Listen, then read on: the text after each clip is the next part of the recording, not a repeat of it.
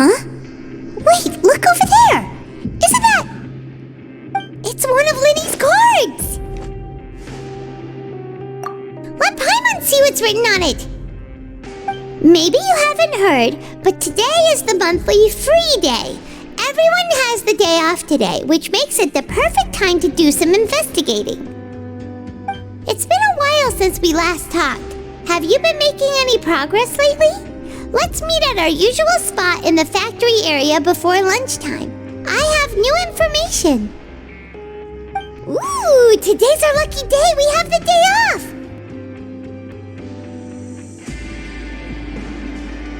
From the sound of it, Lynn has been making progress with his investigation. Wonder what he's discovered. We still have some time before we meet up. Let's talk with the people here for a bit more before we go.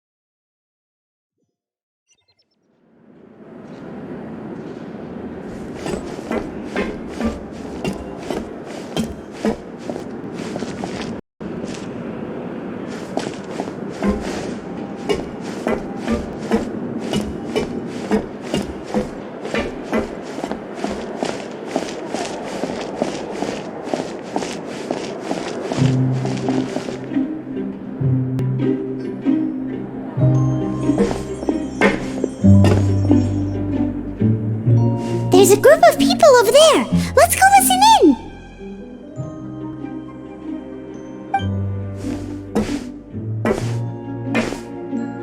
So I said, that's not a faucet.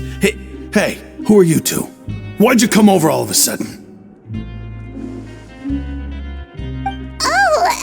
Sorry for eavesdropping. Sounds like you were talking about something private.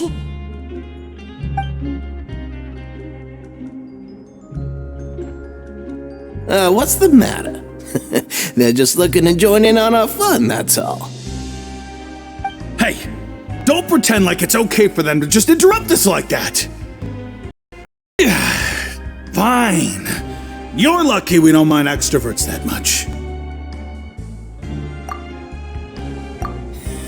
You hear that, Quisto? What nice!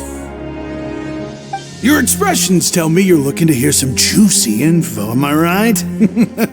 But before that, it just so happens that I know you two. Really? Are we that famous?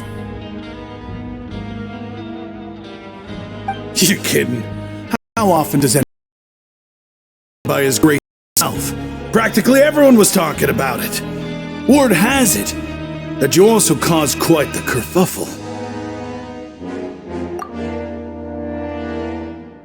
A little mistake, huh? I like the way you put it. You see, people with a good attitude can join our group anytime, unlike some of the others here. Your group? I'm Quisto, and this is Lavaroon. People usually call us the Bombshell Bros, but don't worry, we're not playing with bombs or anything. It's just that our information is always so explosive, and we blow minds on the regular. So, you two really like to gossip? Whew, you sure know how to embellish. No, you don't get it. Knowing intelligence will make things better for you here. For example, knowing who's working with whom, who has the latest rumors, who's not getting along. Wouldn't you like to know all that? Whoa, all this info's worth something, you know? You should prove you're worthy of it. I don't mind him. Quisto's always this way. Just play nice and say something to massage his ego. The welfare meals. Talk about the welfare meals. Right. That meal we had yesterday was super delicious. Paimon can still taste it whenever she closes her eyes. Is that so? To tell you the truth, I've been helping out with making those welfare meals. I've been working as a kitchen assistant for about a month and a half now. Oh, so you're the one who made those delicious steaks. Amazing. You could be a professional chef. You are correct. I am a true professional. In fact, I even went to culinary school. But enough about that. Since you like my cooking, I guess that means we share similar tastes. Listen carefully. This little bombshell will help you learn what's really going on here in the fortress.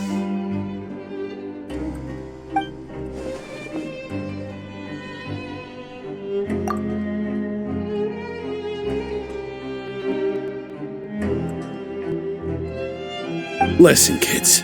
The power structure within the fortress is quite complicated. The overworlders couldn't care less about us down here. We're basically dogs to them. You've already met the one person here you should never cross, the Duke, Risley. He knows more than you think. And if he doesn't care about something, then he often doesn't bother dealing with it.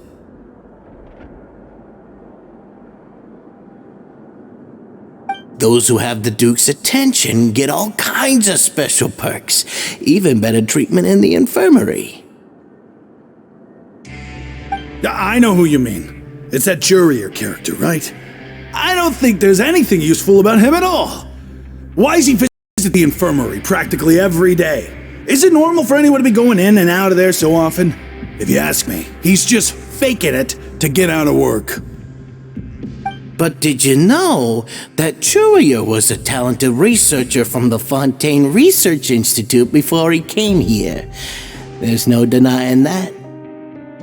I don't care if he was a researcher that could turn dirt into Mora. Once you're in the fortress of Meripede, you're just another inmate like everybody else.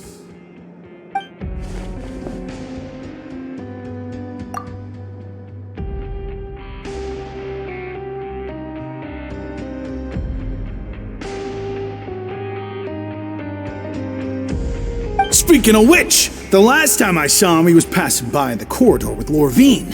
I also heard they started arguing in the library and got into a fight, right? Guess that's just how terrible of a guy he is.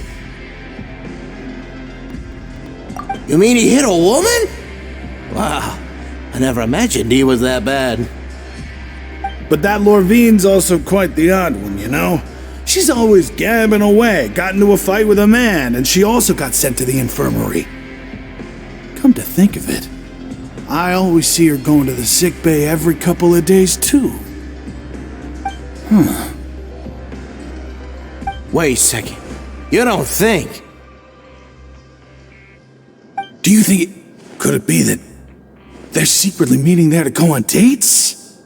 But it's really hard to imagine. After all, I do remember seeing Lorvine beat Jurier to a pulp that one time. And we might be overthinking things.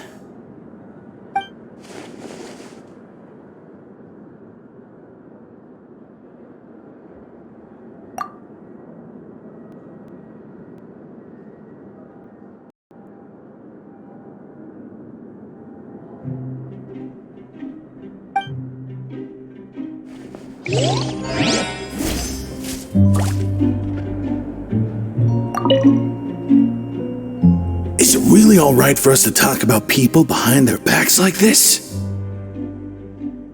That's just how it goes. Good gossip is still gossip. Yeah, I guess you're right. But wait, we're not just gossiping. This is legit information we're discussing here, right?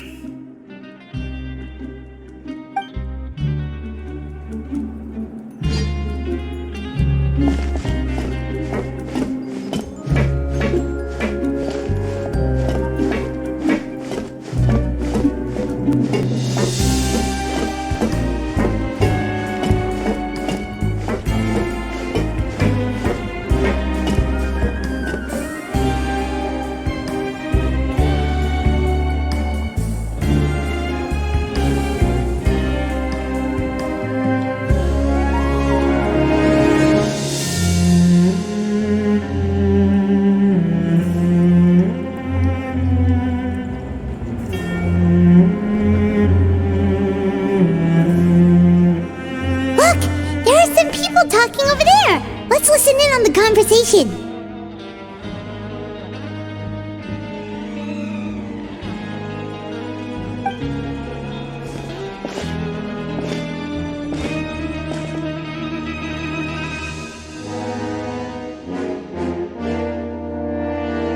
If you ask me, those pompous parasites on the surface act like they're all a bunch of aristocrats. Do any of them give half a hoot about a bunch of dogs like us? Hey, speak for yourself, mate. I'm no dog. Oh, you think you're special or something? If you're here, then you're just a convict like the rest of us. I've heard that even if you're released after serving your sentence, going back to life on the surface ain't any better. Once a criminal, always a criminal. We're marked for life. I don't buy that. Hey, how cool would it be if the whole world was destroyed by a giant flood and everyone had to start over from nothing? What kind of filthy bilgewater are you spewing? I have family up there. You best shut your sewer hole with talk like that. Listen, things ain't so great on the surface, but who says that you have to leave? I've heard that you can still stay here and work even after you've served your sentence. Not bad if you ask me. Who wants to live in the ruddy overworld anyway?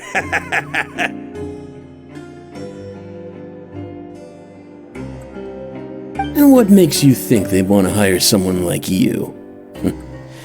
It's one of the great mysteries of the universe, how someone as useless as you is so confident.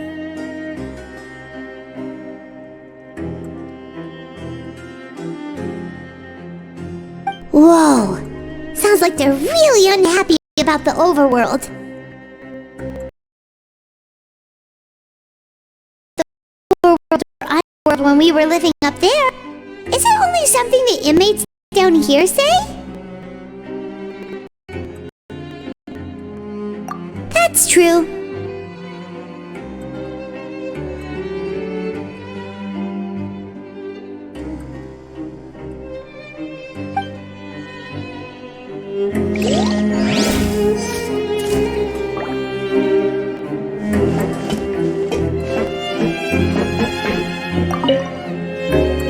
Anyway, I've already decided to stay here. Wish I could say the same.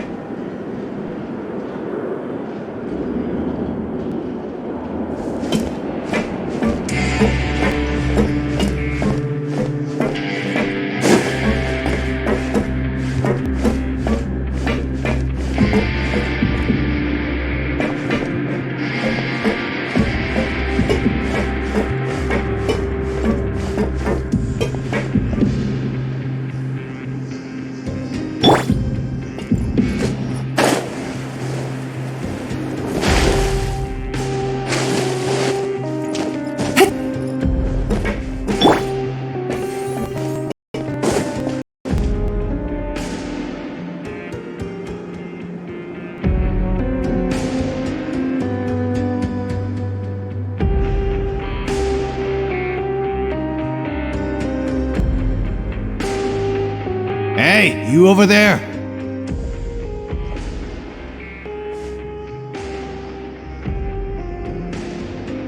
Yeah, you!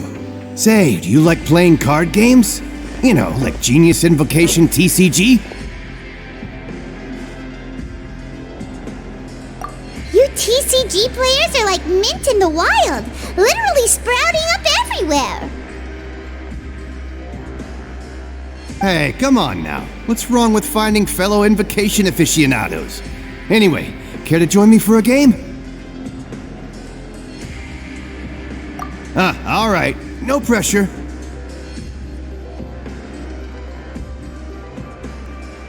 But why would you be looking for people to play Genius Invocation in a place like this. Don't people usually come here to fight? Whether you're throwing down cards or throwing punches, it's all a competition, isn't it? It's all the same in my eyes. There are lots of card players here in the fortress. When I saw you, I immediately thought, hey, even outsiders from other nations play cards, so I came over to say hi. Sure. Great! Since you've been here longer than us, you need to flex your seniority a little bit, right? Maybe you could start by telling us newcomers some stories about this place. I thought you would have already heard everything by now. All right then, did you have anything specific in mind? Or do you want me to just pick a topic? Why don't you pick? We'll let you know if we've heard it already. All right. Have you heard any strange rumors since you've arrived?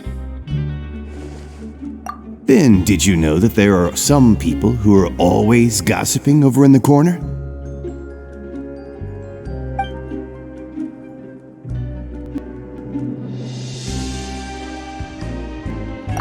There are two guys who are always skulking around in the corners of corridors gossiping. The bigger guy is Quisto, and the skinny one is Lavaroon. People call them the Bombshell Bros. I never really found their gossip very mind-blowing. It's pretty much just the same stuff that I hear about when I'm at work every day. If you're interested, you can go talk with them. They tend to talk a lot of nonsense, but they aren't exactly bad.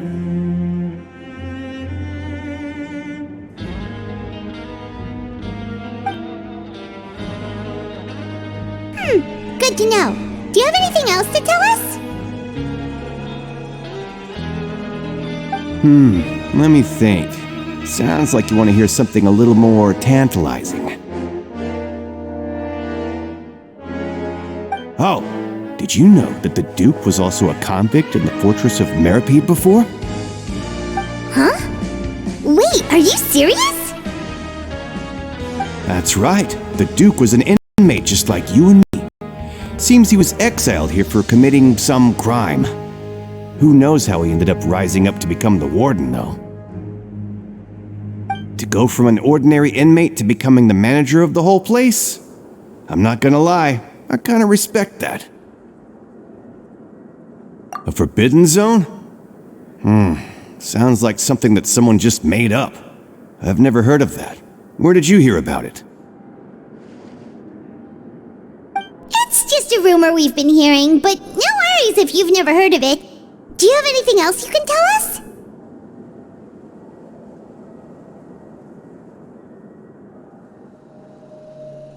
Anything else? Not that I can think of, but I'll be sure to tell you anything interesting I hear next time. You'll have to play a game of Genius Invocation with me first, though.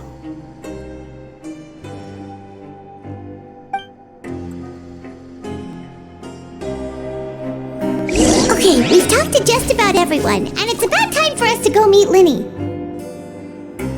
According to the card he left us, we should go meet him in the production zone. See you later. Hey, let's play a game if you ever have time.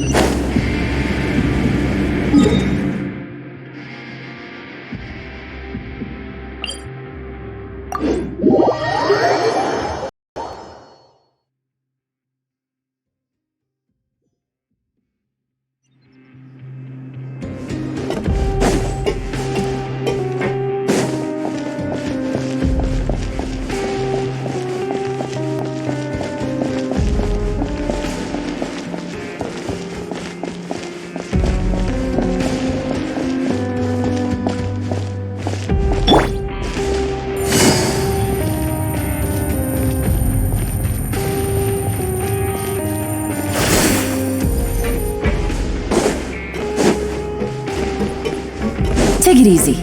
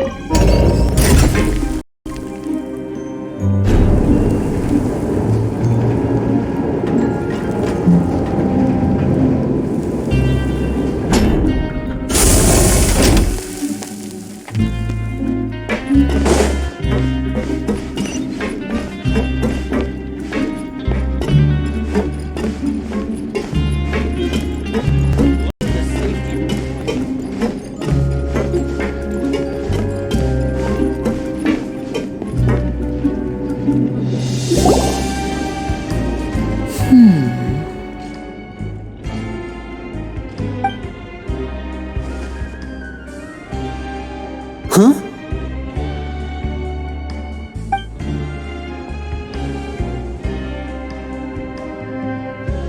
That look in your eyes. You found something? Hey, this is no time to be modest. Just tell him we found a boatload of information. Oh, as expected of the legendary duo, you have my full and undivided attention.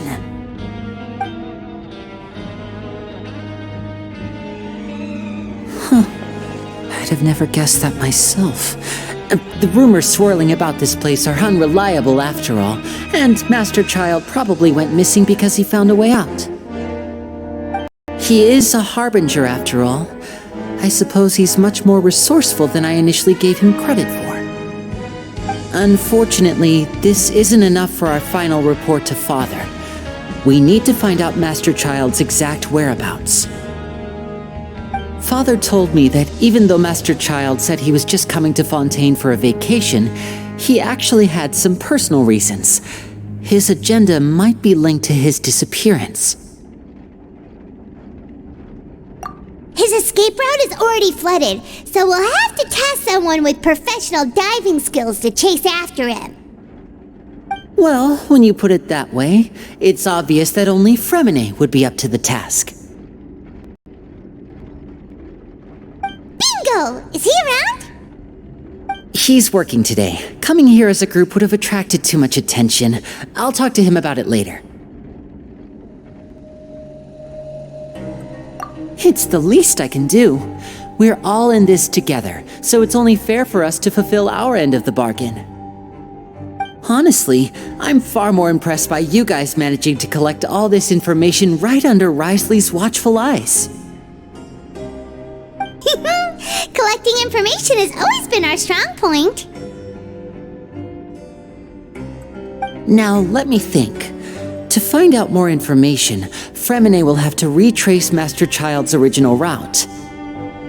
And if he's to do that, he'll have to set out on the next pipe cleaning day at the earliest. That's 6 days from now. And after that, he'll probably take another 2 or 3 days to return. You can even estimate how long it'll take for him to get back? We've been working together for a long time. We know each other's capabilities like the backs of our hands. Traveler, what say you to meeting here 9 days from now? We'll be able to pick up Fremine while we're at it, too. Oh, and there's just one last thing we'd like your help with. Though we can just sit back and wait for Fremine's report on Master Child's whereabouts, we still need to make more progress on the investigation of the Forbidden Zone. Fremine's no master of disguise. Lynette's still working on getting intel from the other areas, and I'll need to spend some time helping Fremine prepare for his diving mission. So, you are the only ones we can count on. What do you want us to do? Will it be hard? Well, I won't call it easy per se, but I think you'll be able to pull it off. Listen carefully. You'll need to find an excuse to get into the infirmary and investigate the room and environs. You've mentioned several sketchy-looking people always meeting at the infirmary earlier, so it probably has something to do with the secret we're hoping to uncover. You've already met the head nurse, so she'll be less suspicious of you. Investigate the internal structure of the infirmary and any active dealings within, and pass those on to me alongside anything else you're able to discover. But also, there's no need to take risks. Don't forget, safety always comes first. My apologies. I just started rambling out of habit. It was almost as if I was talking to my younger sister. But that's not a bad thing, right?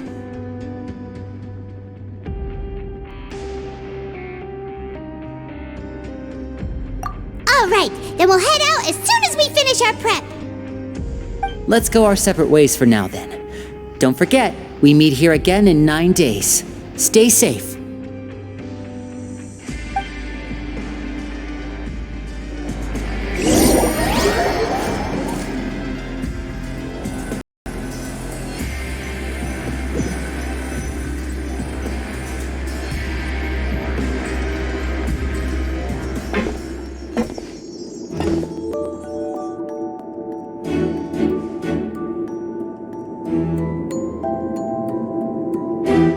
Stay here for now. Paimon will take a peek.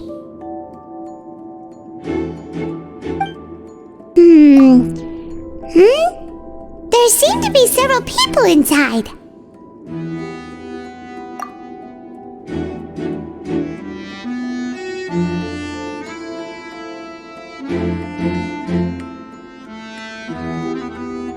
Right. I feel like this.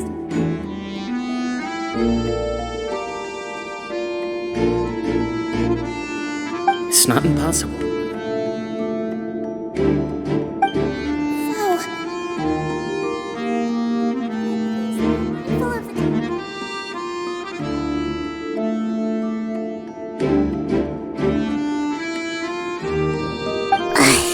It's a bit hard to understand them from here, so why don't we just try to talk to them in person? Let's go as soon as you're ready.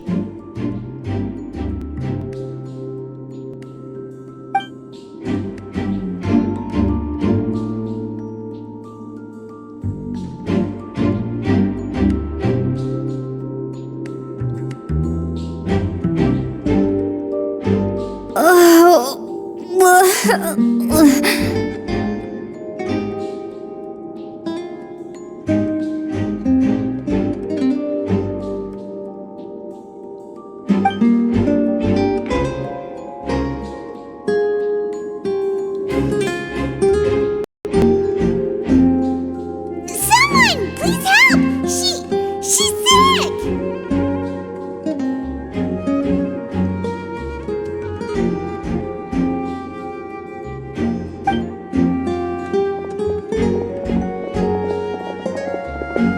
Whoa, are you okay?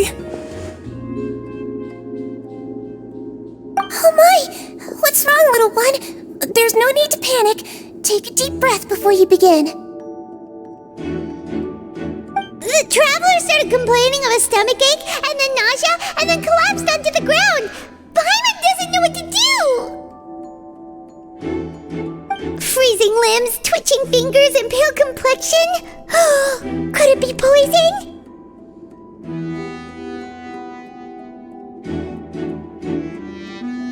Let me take a look.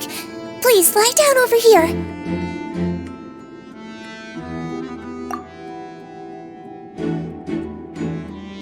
Don't worry, I'll get you to the bed safe. Hold on to my shoulder and walk slowly.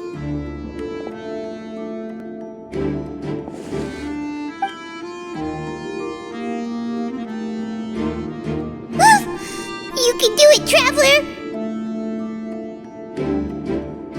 Don't apologize. You're sick after all.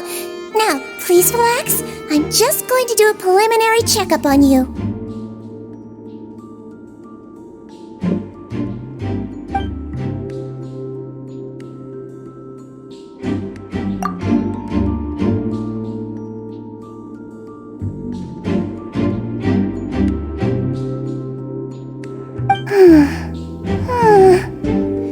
I see now. My checkup has confirmed that she's not in any mortal danger. That's our worst fear out of the way.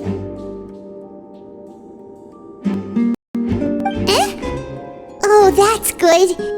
But...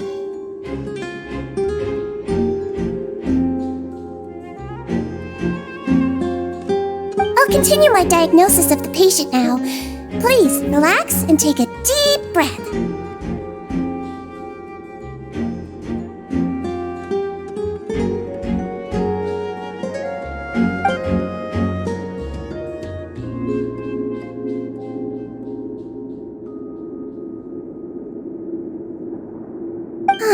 Don't sense serious damage to your organs either. Does it hurt when I press here? And here? Huh? But based on my initial checkup, there shouldn't be a problem here. How strange.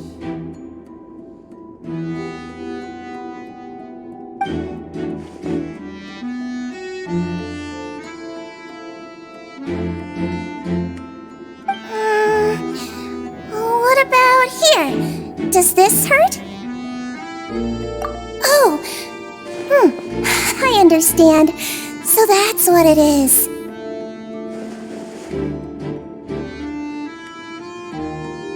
I think you just ate something that disagreed with you. That's all.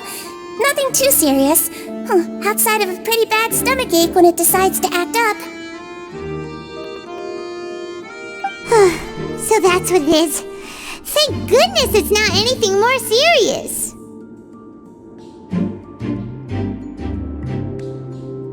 And there have been other inmates complaining about the food recently. I'll inform our head chef, Mr. Wolsey, of this problem as soon as possible. Congratulations! The health risk is incredibly low, so you should recover within a couple days. Why don't you take a rest here while I go get some medicine for you? Miss Levine, I'll have to trouble you to help me look after this new patient while I'm gone. Very well.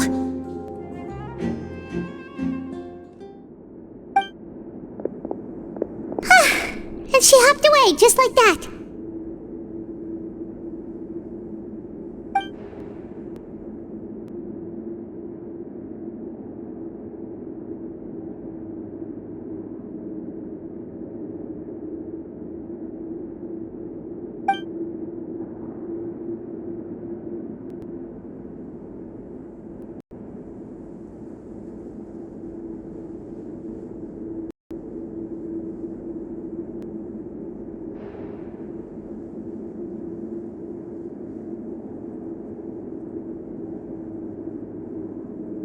Hello. So how are you feeling now?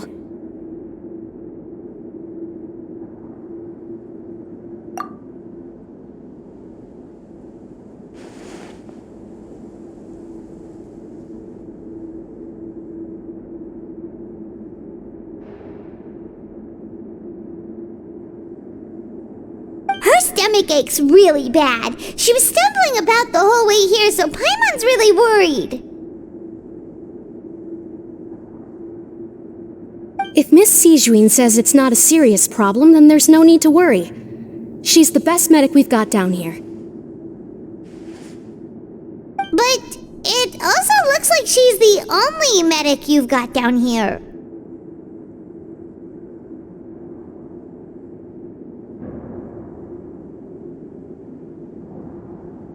Well, that's true.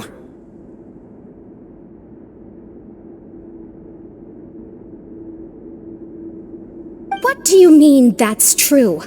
That's really misrepresenting the situation. Of course I can't speak for the whole fortress, but it's not like everyone imprisoned here is useless, you know? Though they may have committed crimes and gotten locked up here as a result, they still know a thing or two about medicine, and they help Miss Sishuin take care of the sick and injured. Yeah, you're right. But did you have to lecture me about it in front of another patient?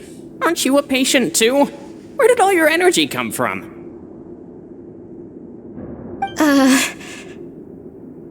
That's correct. Sorry, I got a bit ahead of myself. Are you two also sick? We've been sick a while.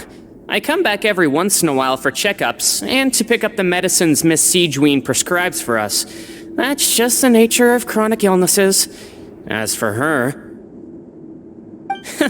You could say she fancies herself as Miss Sijween's capable helper because she learned a bit of medical knowledge ages ago.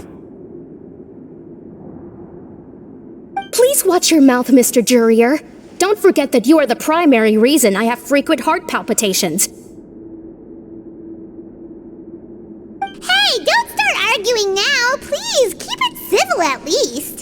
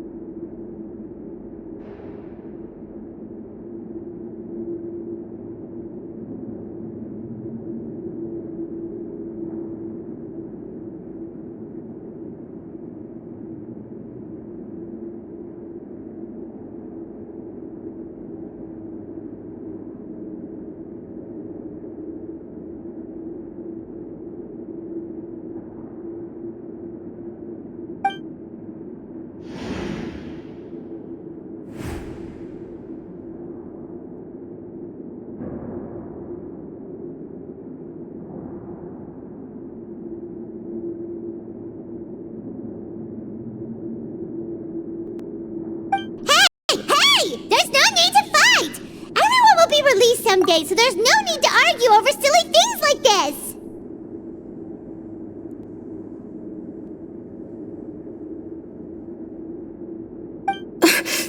But... Release. It's way too early for us to even think about that. And who the heck knows if we'd even be able to continue our previous lives?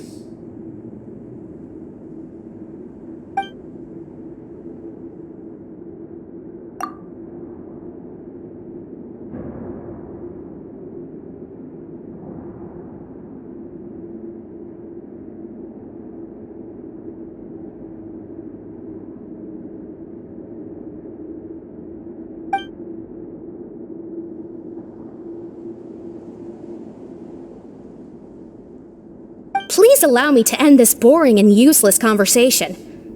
Oh, and Mr. Jurier, I don't want to see your face here again anytime soon.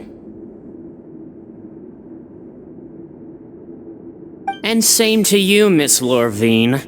Anyway, that was more than enough rest for me, so I'm going to get out of this excessively noisy place. See you later, everyone. He just slowly walked off like that? That's just what he's like. I'm sorry you had to see all of that. I'm Lorvine, and that's... Well, his name is Jurier, but I hope you'll never have cause to remember his name.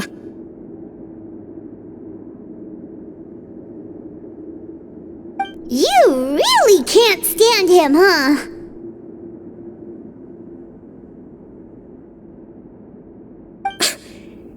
I mean, can you blame me?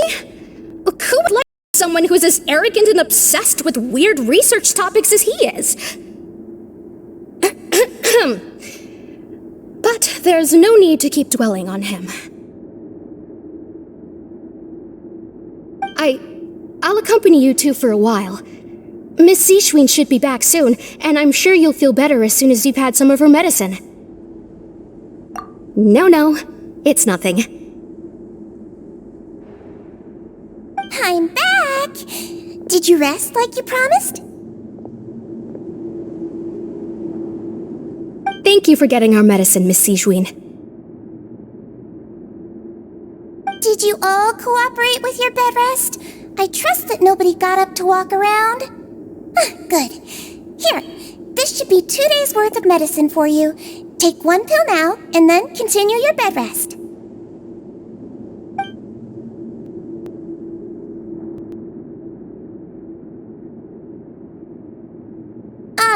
Miss Levine, I left in a bit of a hurry just now. Do you still remember if we discussed the color of the pill that you should be taking today?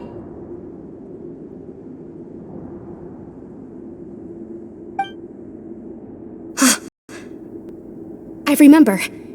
You said it should be yellow.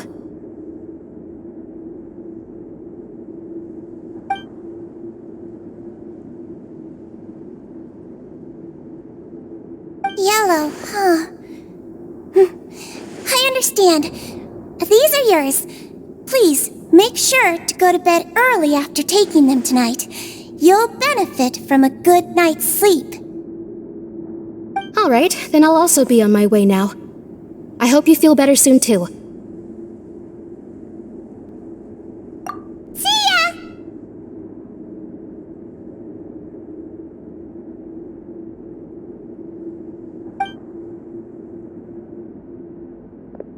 I'm going to fill out your medical record now. You're widely known as the Traveler, right? I just want to double-check a few details, if that's all right with you. Those two made quite the commotion just now, so why don't we let the Traveler rest? Paimon can answer the questions instead. So her primary symptoms are abdominal pain, with secondary symptoms of nausea. Is there anything else? That's it.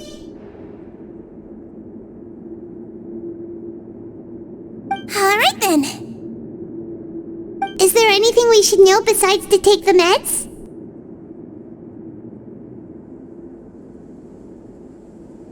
No, her base constitution is quite good, so I'm sure she'll recover quite quickly after taking the medicine. Please, make sure to stick to bland or less stimulating foods, and don't stay up too late at night. Got it! Paimon will hold the Traveler to that for sure.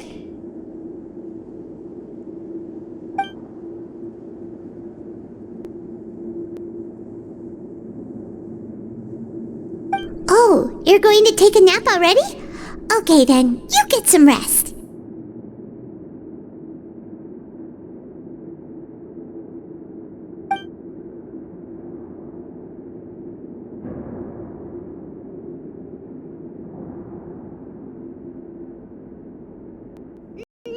We've been to lots of places together. She may look a bit under the weather now, but she's actually super strong.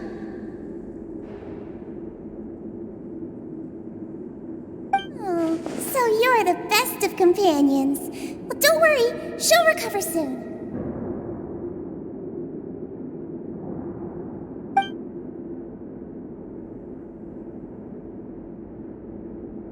Ah, you're awake!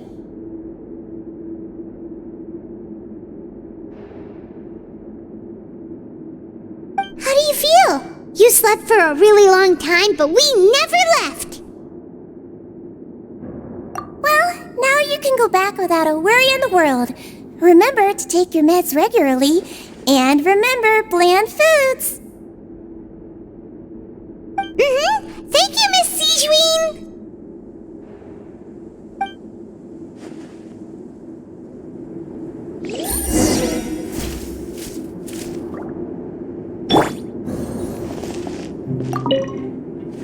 Seems like a lot of people have been coming down with an upset stomach lately.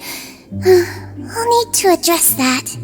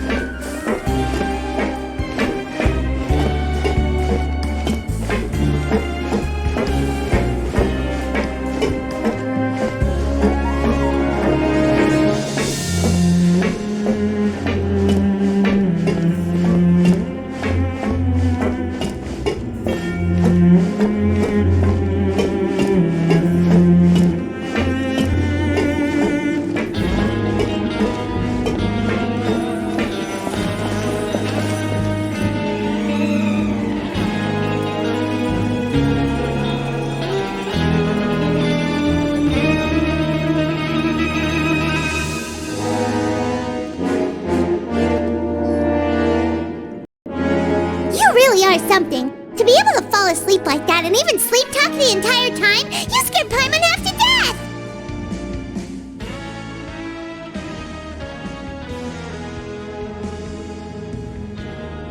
No, but you kept mumbling things along the lines of, Pyron, go take my grilled fish and put down the Adeptus Temptation now!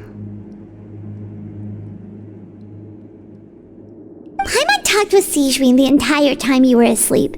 She seems like she's just a sincere nurse, and Paimon didn't notice anything unusual in the room. Are you sure we're not going off track with the infirmary?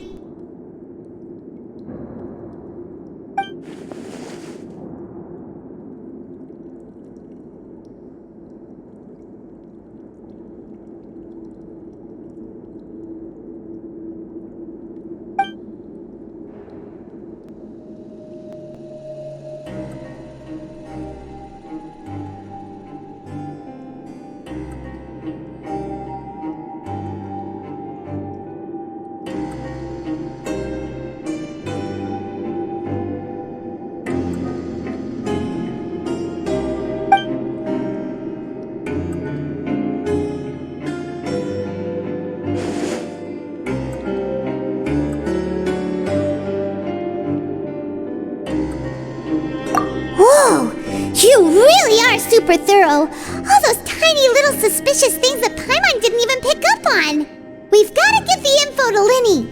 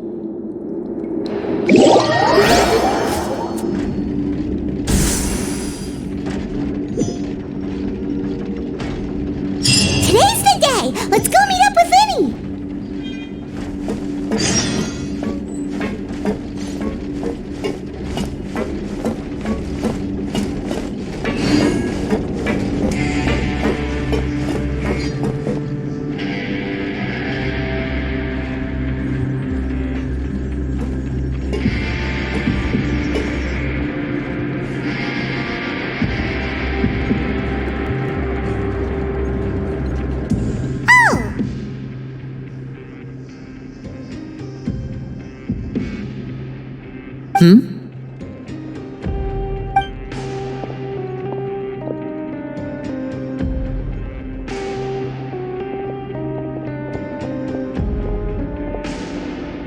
you two run into any trouble over the past few days?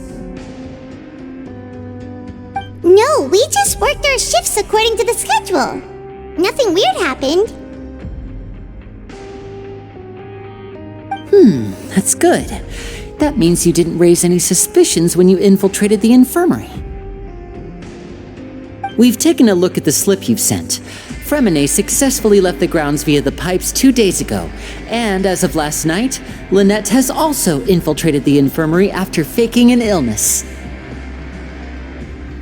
Wait, why is she getting involved as well? You already went above and beyond when you scoped out the infirmary. To put it more bluntly, even if we were to view that as something you did in exchange for Fremine's help, you've already done more than enough. Infiltrating a guarded stronghold is a different kind of job from a one-off investigation. We want to avoid using the same faces over and over and reduce the amount of suspicion that will fall on any given person. Lynette also felt like you have already taken the first step for us, so she should be the one to finish the job. So that's what Lynette thinks. Oh, Paimon hopes everything's going well for her.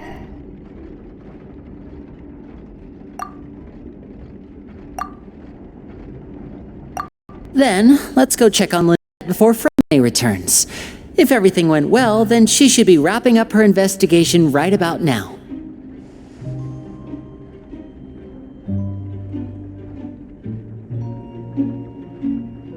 Is now really a good time to go over?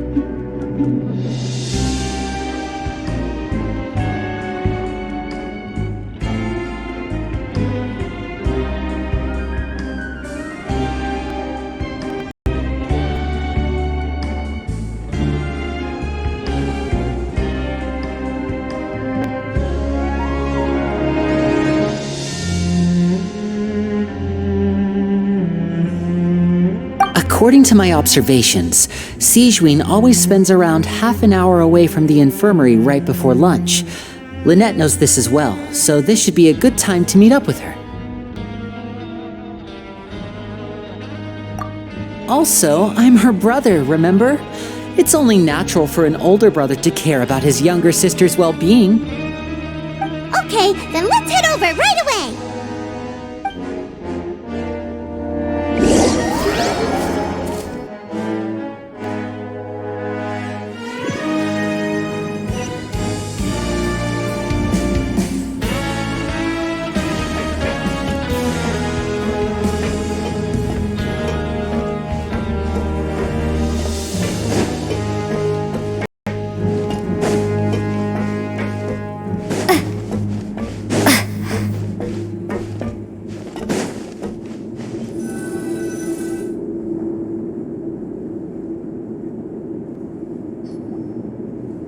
Lynette should be here right now. Huh.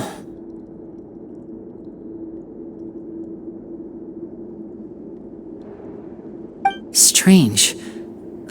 Lynette? As expected, Sigewinne isn't here, but why isn't Lynette here?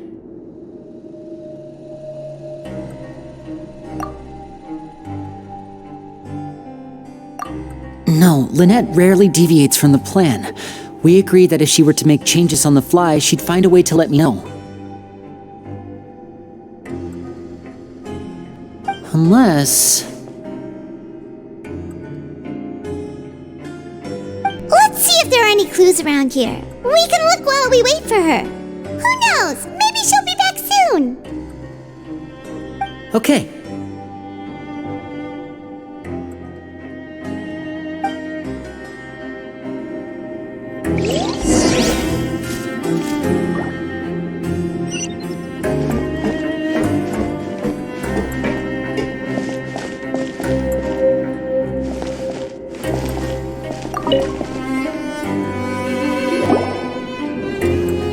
There are some books here and a few files. They all look like medical records. Advanced nursing, how to raise the spirit of your patients, a quick guide to the psychology of emotions, and the meaning of laughter.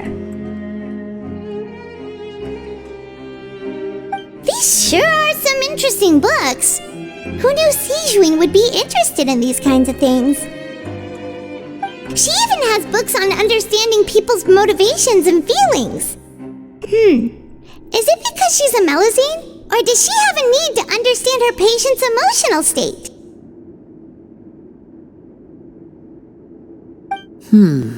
Seems quite normal to me. These are skills that would come in handy for a nurse from time to time.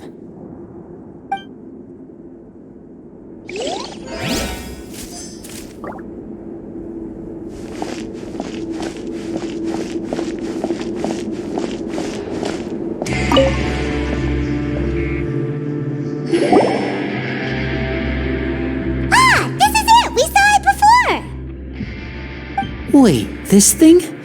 It doesn't look like it's been disguised that well.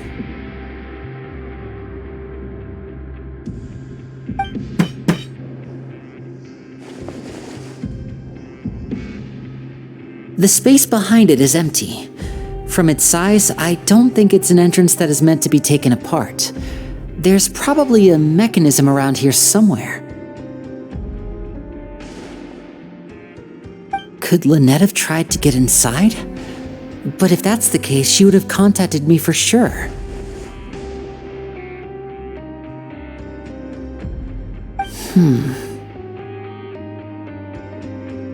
Let's look around here for some more clues. Don't panic, just take another look.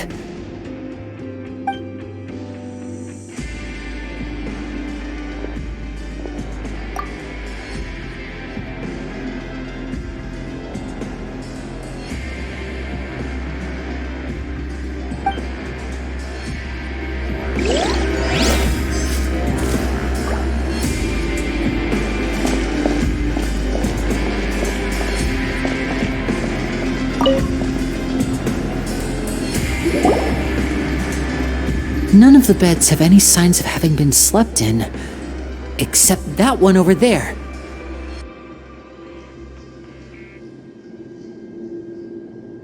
That's the one Lynette must have used, right? You said she was pretending to be sick.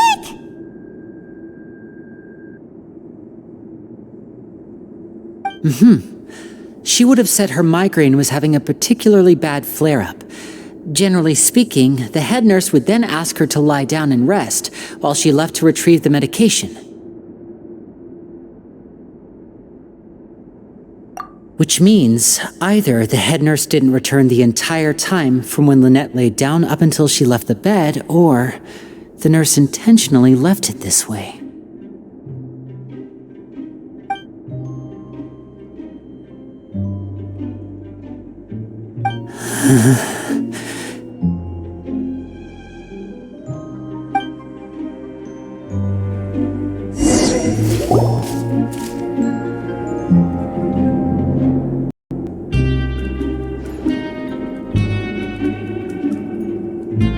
Hey, you guys, there's a slip of paper over here.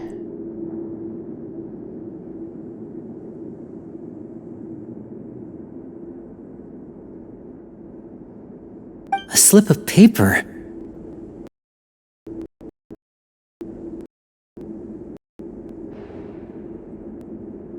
It's right over here, and there's a bunch written on it too.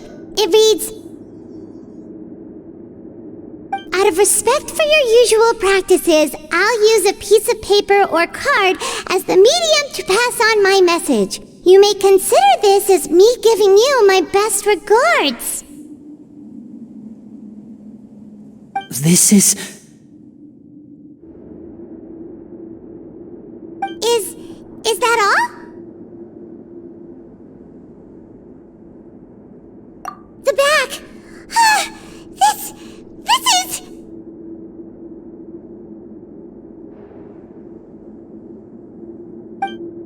Show me!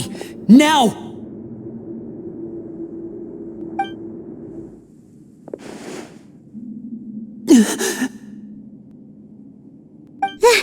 That look on your face! Paimon's reading it now!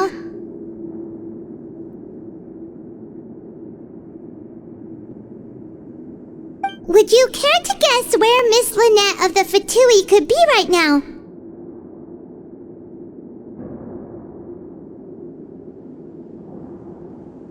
No! Could she have... Is she already...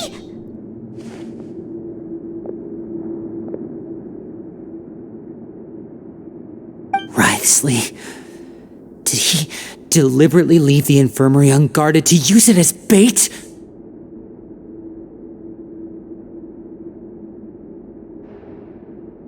Wait, you mean he was aware of our goals from the very beginning? But why? We didn't run into any trouble last time, and he also never reached out to us since!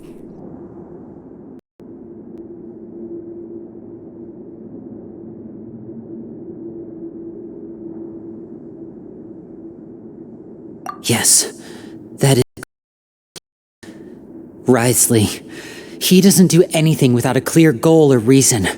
So this means he had no concerns about your activities from the very beginning.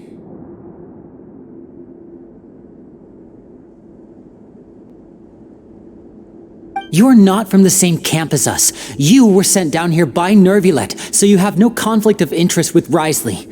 We're a completely different story, though.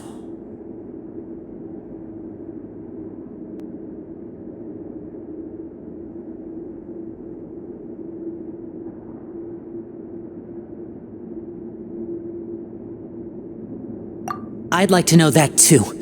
Why did he only go after her?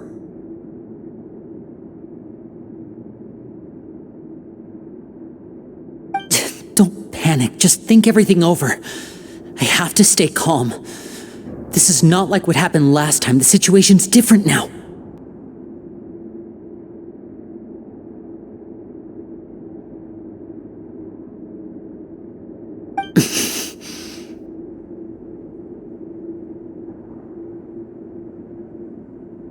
Wait, you're right.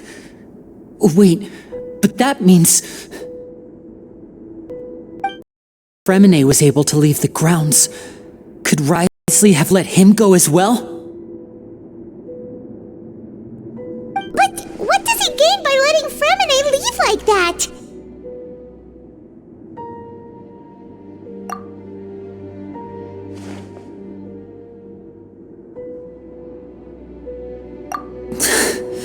So he's challenging me and trying to provoke me, I'm sure of it.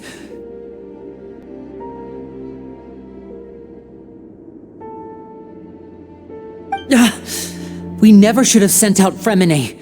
We had to go through all that trouble to find an opening to sneak him around the guards and into the pipe, and we even thought luck was on our side.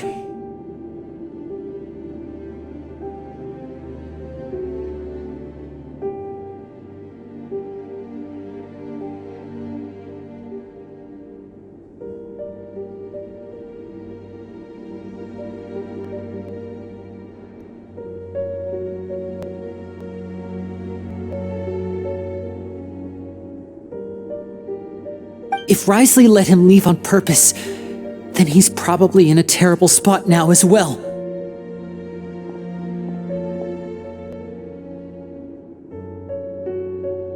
Lenny's getting more and more panicked. We have to calm him down.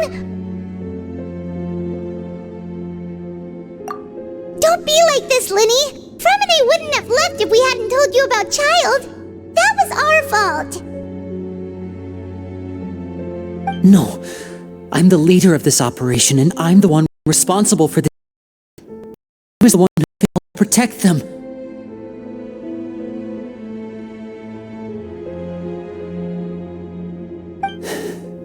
I'll go talk to Wriothesley.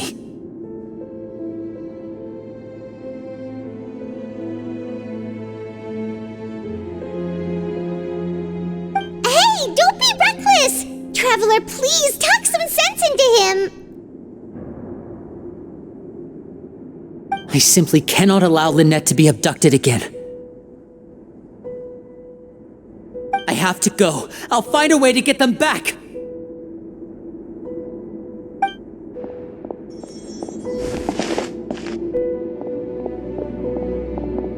He's rushed out the door! After him!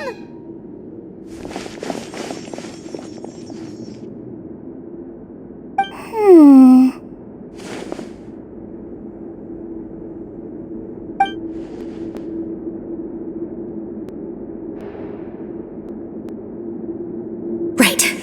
I feel like we still have some room to make changes on these details. It's not impossible, but it'll require extensive testing. Is that so? Very well. Then please be mindful of the time.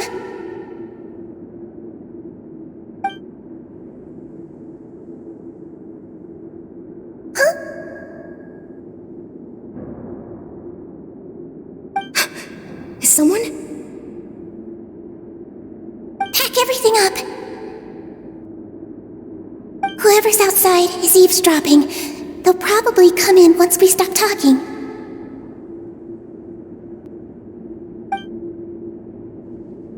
Someone! Please help! She's sick!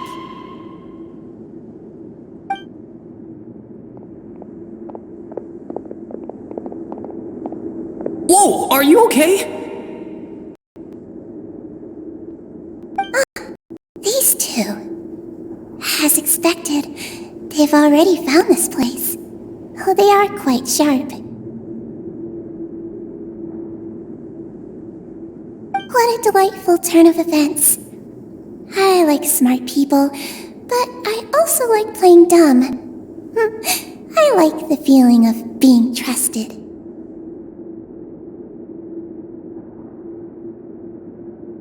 Oh my! What's wrong, little one? There's no need to panic. Take a deep breath before you begin.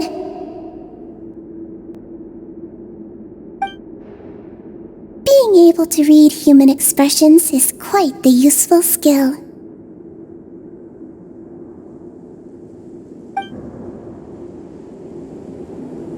Wait! It's no use. We have to catch up to him.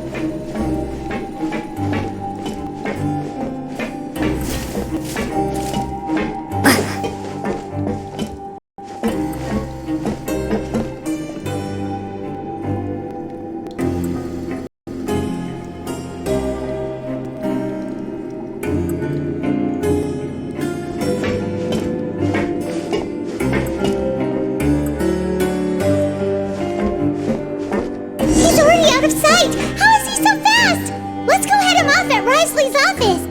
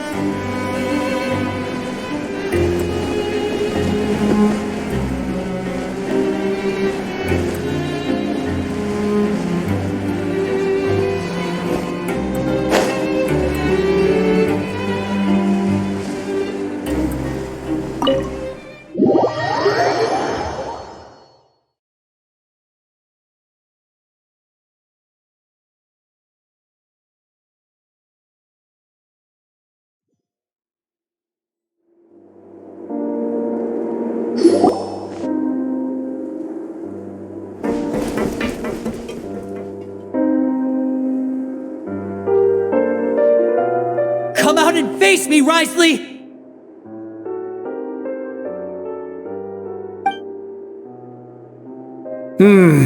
Aren't we at an administrative office space? Why don't you at least try to follow even a couple rules from the fortress's indoor management regulations?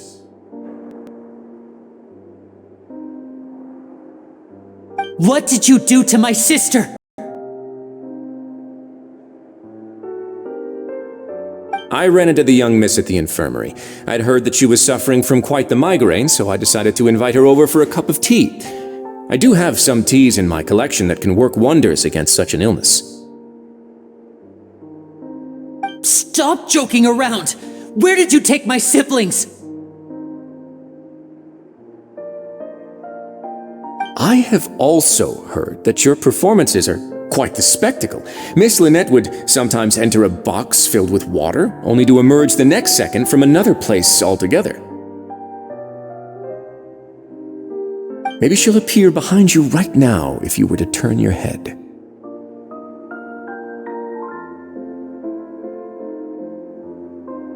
Is he trying to trick me into turning my head? No, he's probably not looking to attack me right now. All of the hostages are in his hands, and he's even in the mood for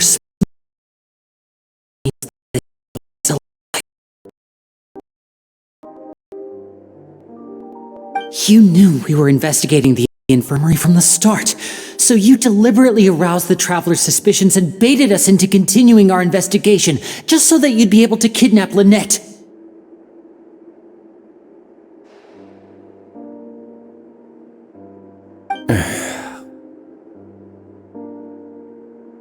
As for Fremine, no, you probably didn't even interfere with Child's escape. You let him go so you could purge the Fatui members that we had planted into your ranks. There was no need to do so. The fortress of Meripede is a pretty pleasant place. Most people enjoy their lives here.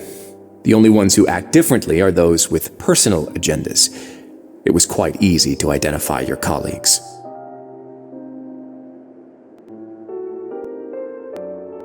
You removed our original members and spread the news of Child's escape so Father would assign our team to come down and investigate. Fremine has also fallen into your hands, right? If you're oh so omnipotent and so in control, why would you need hostages?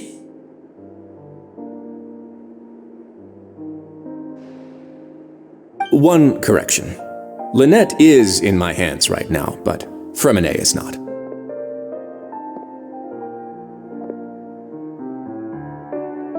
He's not. What do you really want? Lenny!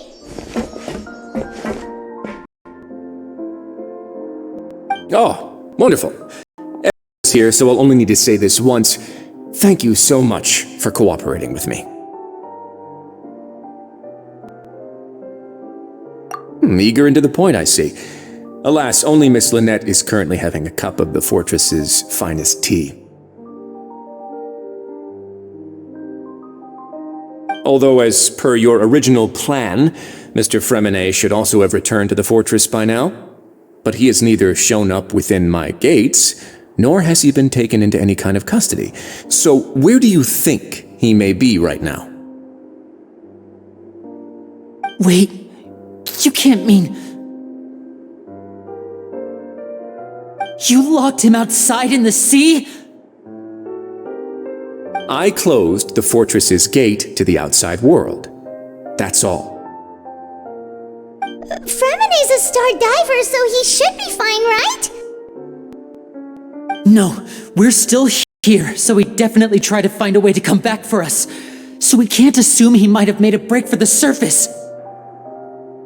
But why would I do this, you may be asking?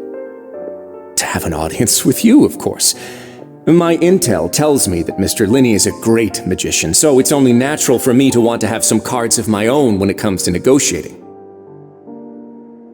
Besides, I do recall you mentioning to Miss Lynette that you've always wanted to have a face-to-face meeting with the Lord of the Fortress of Meripede, regardless of whether it was in a personal or a professional capacity.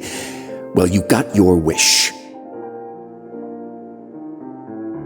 So, you've been keeping tabs on us before we even set foot in the fortress. Some of my folks just happened to hear a thing or two, that's all. In any case, I will be straight with you.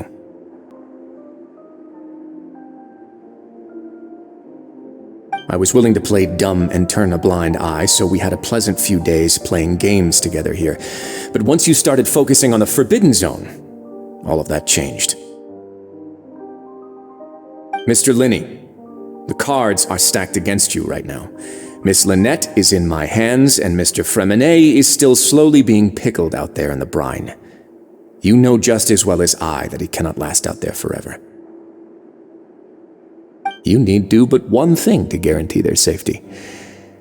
I would like you to contact your superior, and ideally invite her over for a cup of tea with me.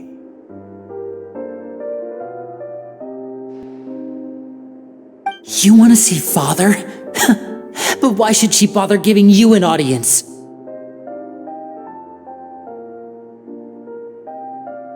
Well, if she cares for the well-being of her dearest children, she should have plenty of motivation to join me for a parents' evening. I've heard that the bonds between the members of the House of the Hearth are like the bonds of family. I don't see why she would refuse. Why did you think Father sent us to handle the fortress of Meripede? This place is basically a no-man's land. It wouldn't be fitting for anyone as important as a harbinger like Father to come here in person.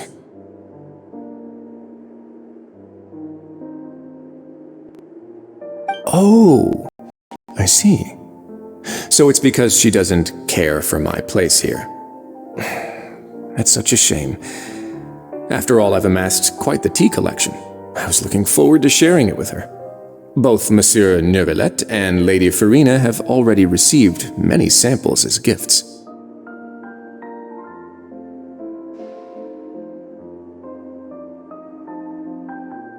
Was this the extent of your master plan to get to Father?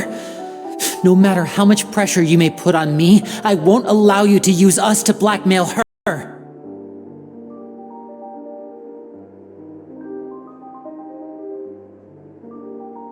You people really are difficult to get along with. All I'm asking for is a face-to-face conversation. Does she truly have no interest in the fortress's secret? Mr. Linney, you have one last chance to invite your father here. If you refuse...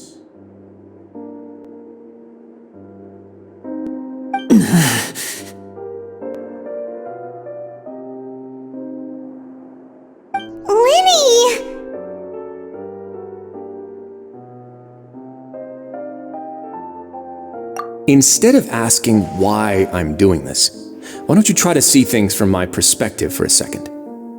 From the very beginning, the Fatui has been actively infiltrating my fortress. I gave you a warning by cutting off the first few operatives I found, but that only caused you to double down. Had you given up on the fortress then and there, I'd have no reason to want to talk. Mr. Fremenet left the fortress on his own, and Miss Lynette tried to pry out my secrets right in front of me. No matter how you look at it, the responsibility for this falls on you.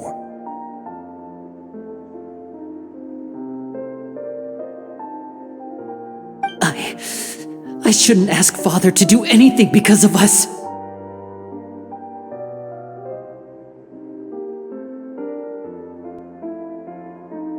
Six, 5. Wait, 2, 1. Time's up.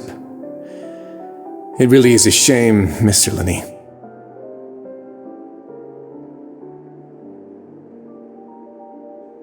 Risley!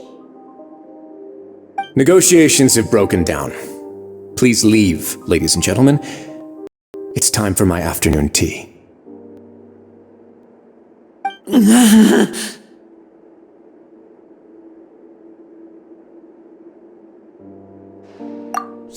listen to the Traveler. If you can't talk to Linny, can you at least talk to us?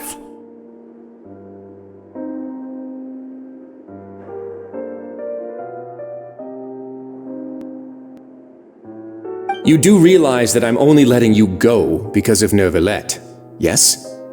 You're here helping him out, and I've already done my best to stay out of your way.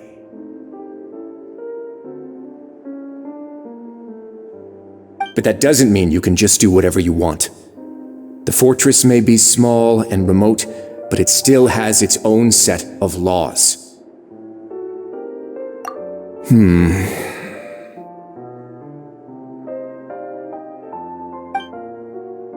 Then how about this? Those who are capable deserve respect. You've spent quite some time investigating my home turf by now, so why don't you tell me a thing or two about what you found, I'll ask you 3 questions. Answer all of them correctly, and I'll agree to your request. Question 1.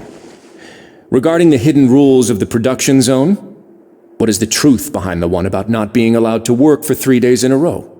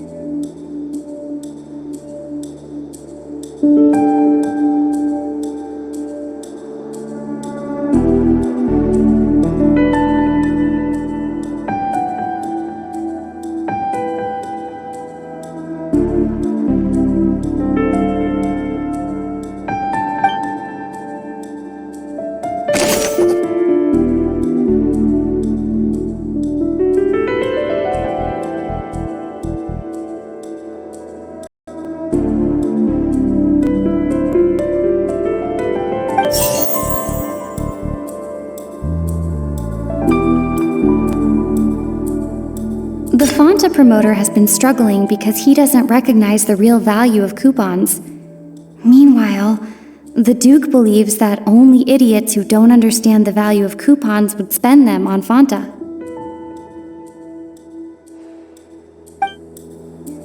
I've been told that the infirmary is always empty for the half hour just before lunch. But what could Sigewinne be doing during that time?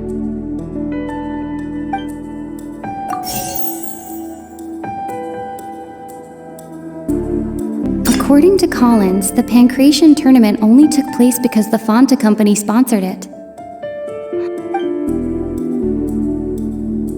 The research note said that the Melusine race perceives the world very differently from humans. Because of that, the Melusines have also developed a sense of aesthetics that appear rather strange and alien to humans.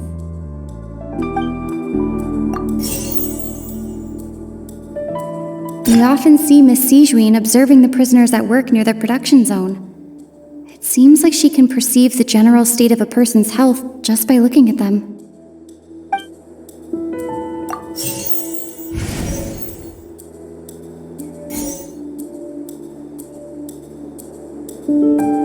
We often see Miss Sigewinne observing the prisoners at work near the production zone. It seems like she can perceive the general state of a person's health just by looking at them.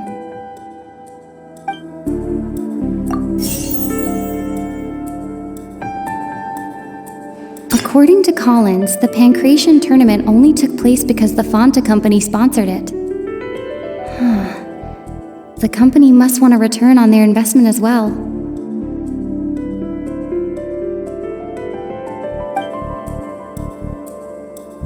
Fonta's internal reports suggest that they're starting a new trial of an unnamed and unpackaged product.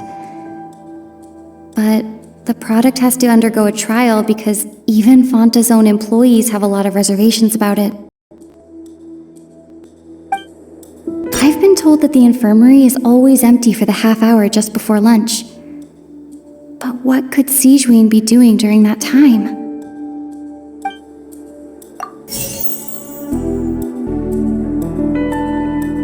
The research note said that the Melusine race perceives the world very differently from humans. Because of that, the Melusines have also developed a sense of aesthetics that appear rather strange and alien to humans.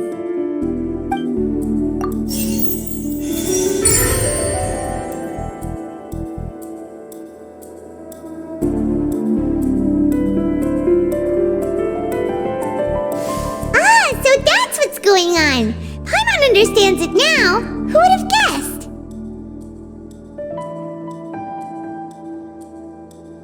The hidden rule of the production zone.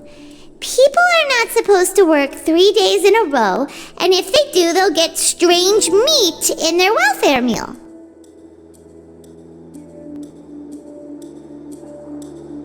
At first we thought this strange meat must have something to do with the people who disappeared, but in reality, they were all prepared by Sigewin, the head nurse.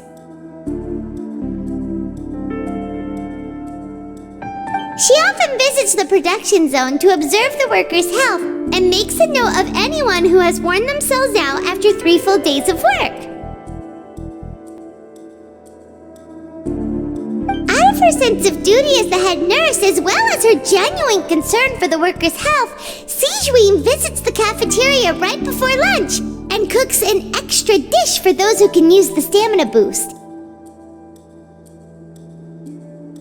Sigewin has only the best intentions with her surprise gift and doesn't want anyone to find out about what she does. However,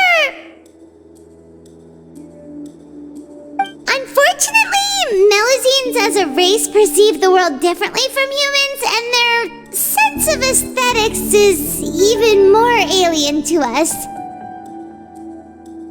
The recipients of her lovingly prepared special meals cannot taste the care within and usually just freak out. Are we on the right track? Not bad. You've uncovered Sigewin's secret and even guessed her intentions correctly as well. It's nice to know that her efforts have not gone unacknowledged. Alright, now for my next question.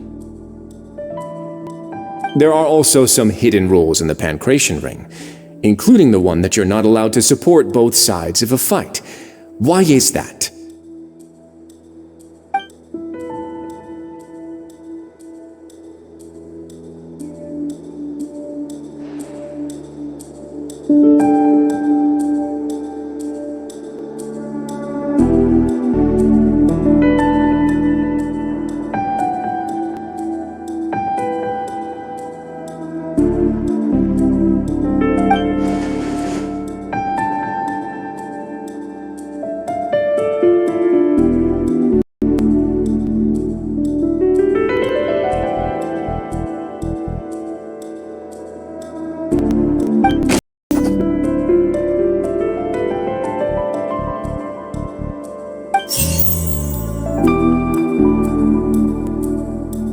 Fonta's internal reports suggest that they're starting a new trial of an unnamed and unpackaged product.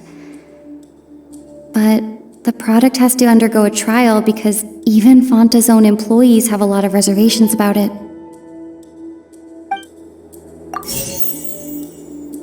The Fonta promoter has been struggling because he doesn't recognize the real value of coupons. Meanwhile, the Duke believes that only idiots who don't understand the value of coupons would spend them on Fonta. According to Collins, the Pancration tournament only took place because the Fonta company sponsored it. The company must want a return on their investment as well.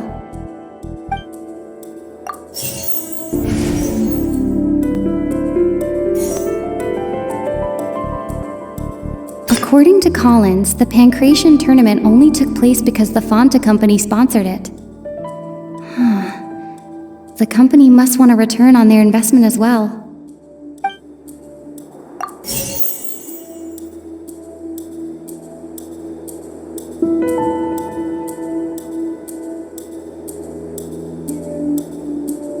Fonta's internal reports suggest that they're starting a new trial of an unnamed and unpackaged product. But the product has to undergo a trial because even Fonta's own employees have a lot of reservations about it.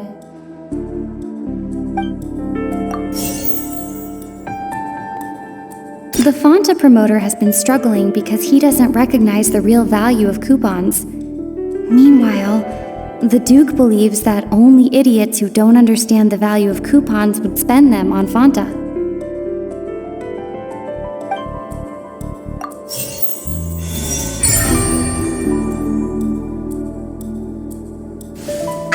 Paimon gets this rule too now. So there really was nothing to be afraid of. That hidden rule of the pancreation ring is about how, people are not supposed to bet on both boxers at the same time. And if they do, they'll receive a package containing a strange, blood-colored liquid. People get scared when they see it because they've subconsciously begun to associate it with the missing boxer. But really, it's just a bottle of the latest yet-to-be-named and packaged new Fontaine trial product.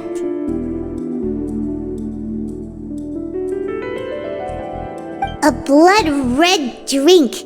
It's no wonder even Fonta's own staff were questioning the company's decision-making. The company, facing backlash from its own staff, decided to try to trial the product on a smaller scale to see how it might be received by customers. They came to the fortress of Meropide and offered to sponsor the pancreation tournament so they could push their new product. But the Duke completely refused to even entertain the idea. The Duke, knowing how valuable coupons are in the fortress, knew that only total idiots who didn't understand their true value would bother buying a Fonta product here. And so, only those who proved their stupidity by being dumb enough to bet on two opposing sides of the same match were selected to receive the drinks. I acknowledge the effort you've put into bringing the truth of this mystery to light. Although that careless with his words, I may just reconsider my collaboration with the company. Alright, and here's the final question. What's the secret behind our head nurse and all of her patients in the infirmary?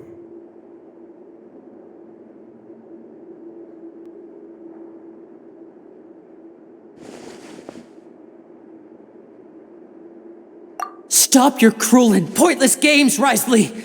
You know that we haven't finished our investigation, so there's no way we can answer the last question! The thought of sparing Lynette and Fremine never even crossed your mind!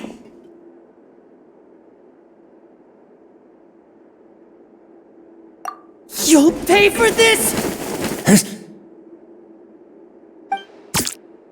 Ah!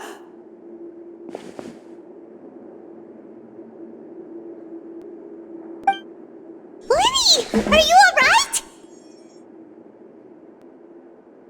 Oh, close one. I owe you, Sigewinne. That was a fantastic shot. It was nothing, Your Grace. Sigewinne? Though this gun may look like a toy, it's actually fully functional, as I just demonstrated. Sigewinne... You...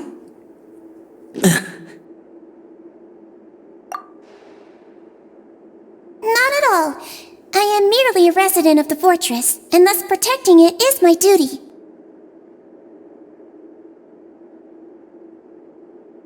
When Monsieur Nervulette asked me to come here, he told me that my job would be to take care of the well-being of everyone here. I am merely discharging my duties.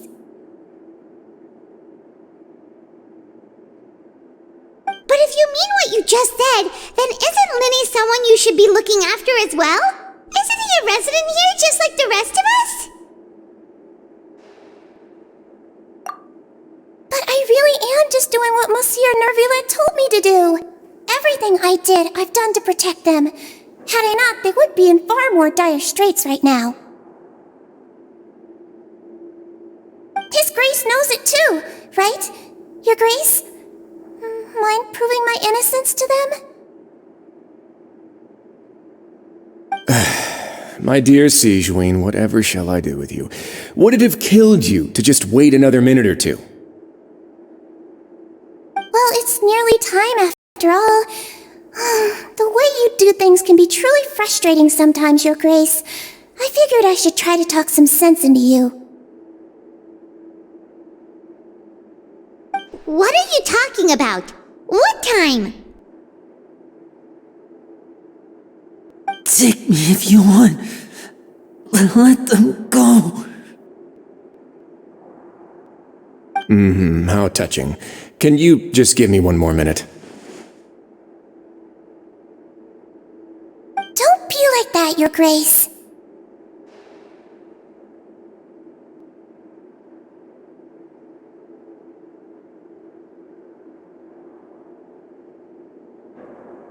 All right, everyone, calm down. 2 more visitors will be arriving any time now. I'll go get a cup of tea. Miss Sigewine, I leave Miss Lynette in your care. You... What are you doing?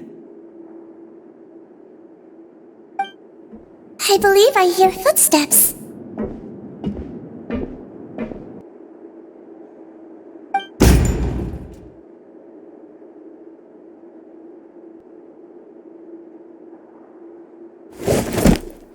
Some space, please. Ah, Miss Clarande. My door.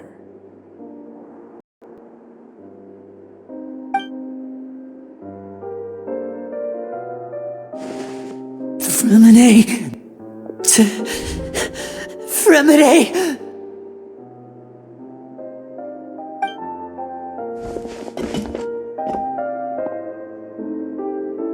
What's going on? What is Clarande doing here?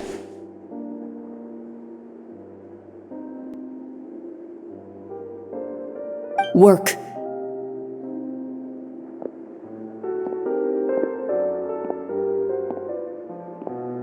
I'm sorry about shooting you, Mr. Linney. The tranquilizing effect will begin to wear off soon. Please take it easy in the meantime, though. What happened to Fremine? Wasn't he diving just outside of the fortress? Why is he looking like this?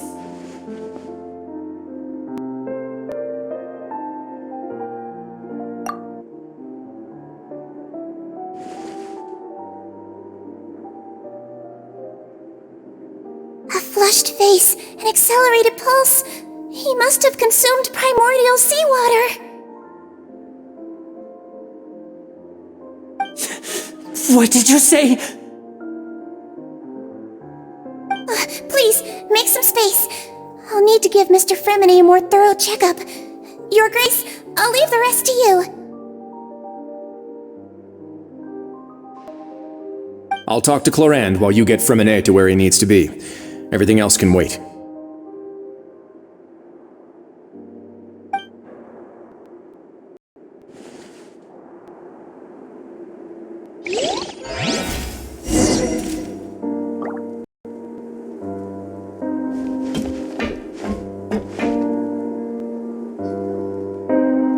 What's that look on your face? I thought I made good time on the way back.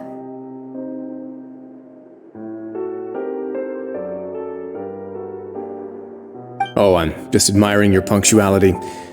Had you arrived just a few minutes later, Sigewine may have been forced to shoot Mr. Linney again. How's the situation out there? The water has changed. It's pretty much as expected. The concentration of primordial seawater has increased significantly. I was only out there a short time, so it wasn't too bad. But if one were to stay for any significant amount of time, well, you can see how that boy's doing. Where was he when you found him? The abandoned zone at the end of the pipes, a good distance into the water. Closer than I thought. He must have recognized it early on and tried desperately to swim back. Locking the door was necessary. I don't think we could have saved two.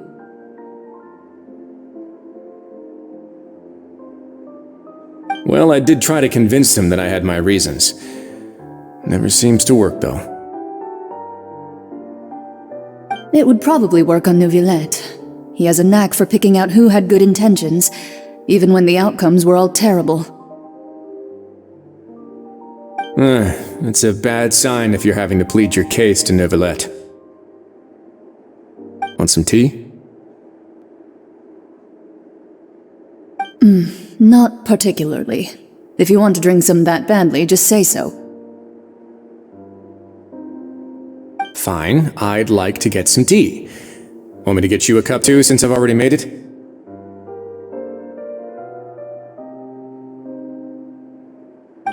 Might as well then, I suppose. Actually, do you have a towel? I would like to dry my hair.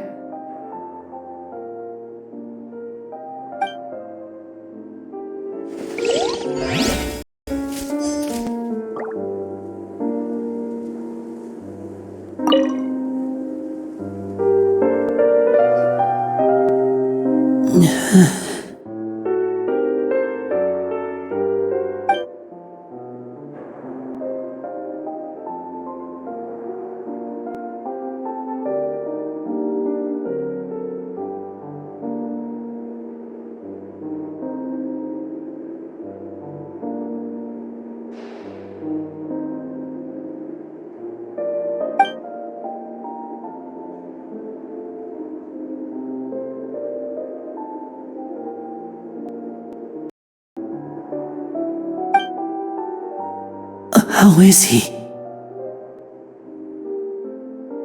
These symptoms are probably caused by an acute ingestion of a large amount of primordial seawater. Still, his condition is not critical. Of course, it would be best if he stayed for further observation. Let's leave him here for now and move him to the infirmary once he's recovered a bit more. Sorry. I am aware that the infirmary may not be your favorite place in the world at the moment. We do only have a single clinic in the fortress, however.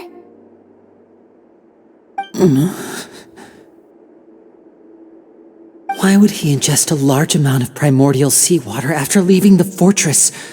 How could that possibly happen? Please, look after Mr. Fremine for the moment. I'll go fetch some medicine and a respirator. Oh, I'll bring Miss Lynette back with me. Where is she? How is she right now? Oh, she just took a nap in an empty room after I tranquilized her. If my calculations are correct, she should also be waking up right around now. You might not believe me, but His Grace and I actually made some snacks and tea for her.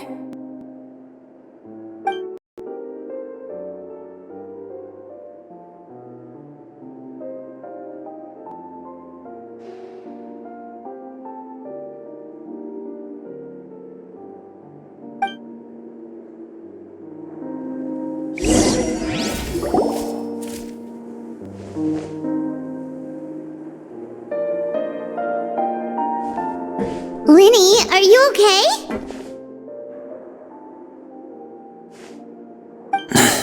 I'll be fine. They're all here now. Don't worry about me. Are you sure? You don't look alright.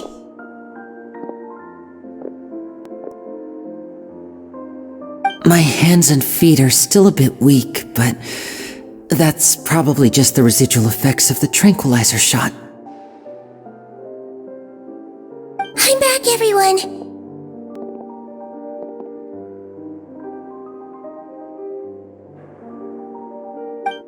Lenny! Oh, Traveler, Paimon, you're here too.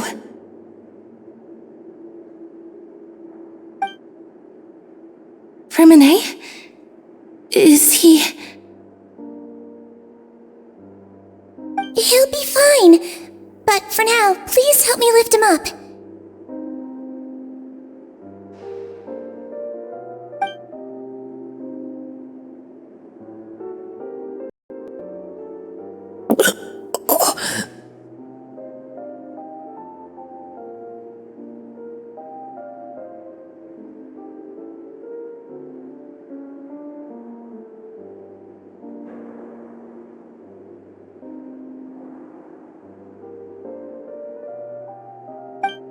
His breathing's beginning to slow down.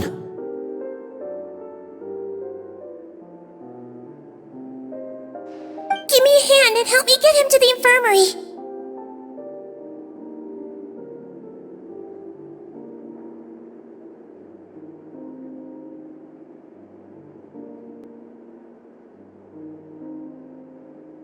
Yeah, I'll take him from this side. Lynette, together?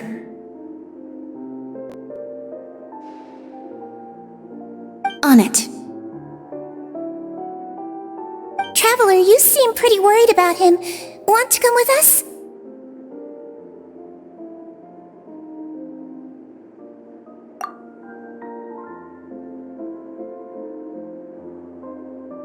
The Duke and Clarande are gone.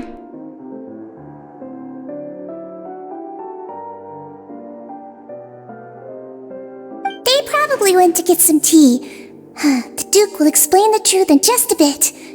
Miss Clarande will need a break, since she only just returned from rescuing Fremine out of the sea.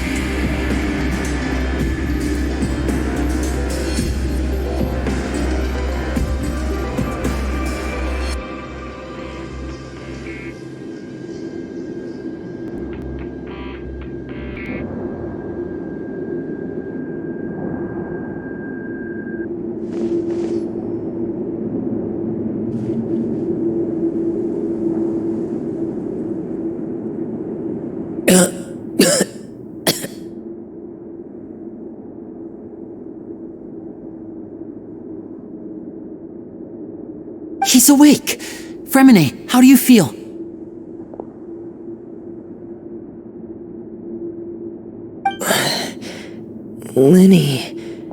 Lynette.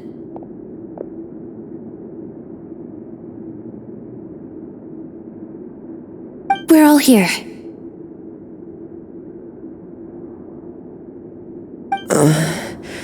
Where am I? The infirmary, at the Fortress of Meripede, Mr. Fremine, and you are no longer in any danger. How do you feel? Don't push yourself if you're not feeling up to it.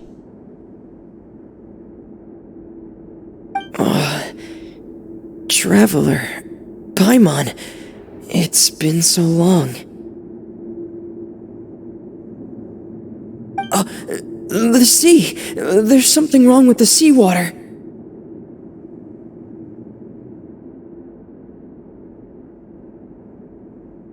Shh, it's okay. We can talk about it after you've recovered. No, listen to me. This is really serious. There's primordial seawater mixed into the regular seawater. I don't know why it's there, but no one should touch it.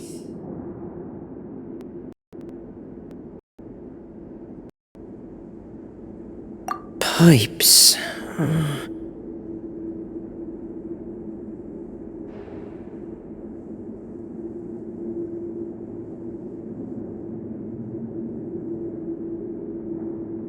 Right, the pipes.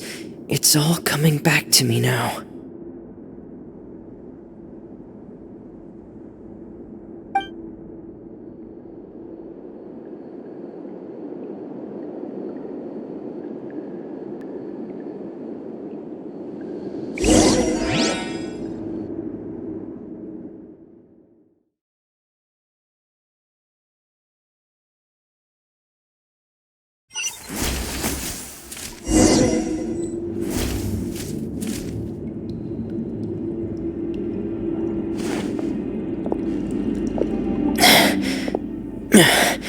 I'm in. Seems like this pipe hasn't been used in a long time. It looks abandoned.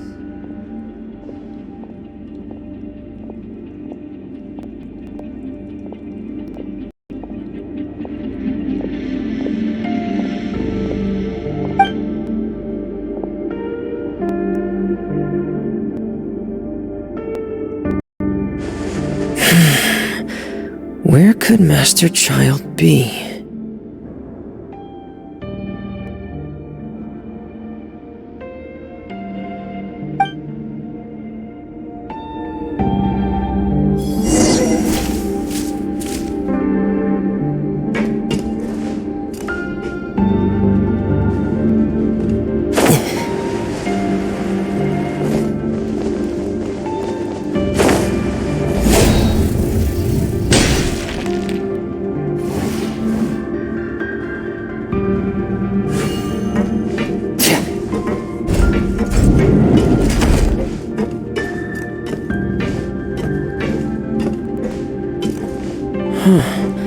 This mechanism looks like it's been tampered with. Could he have done it?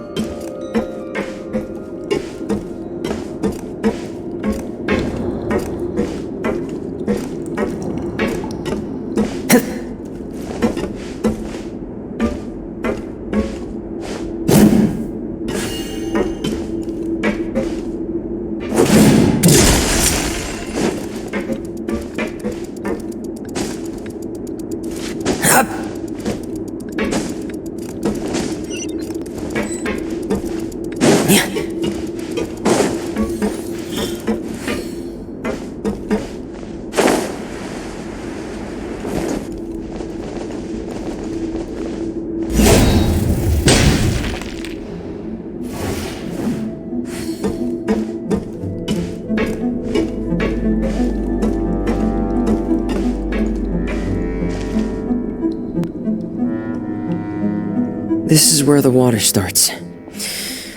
Okay.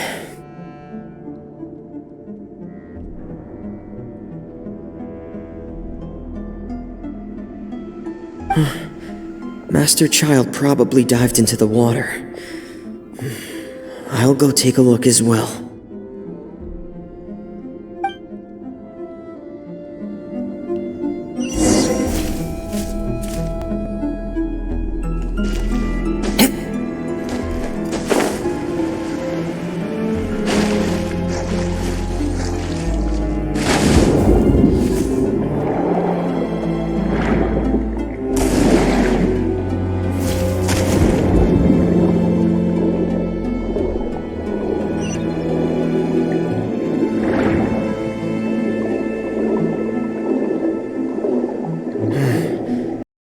The vegetation here is a bit more sparse. These traces aren't natural. A person must have left them, and recently. I should be going in the right direction.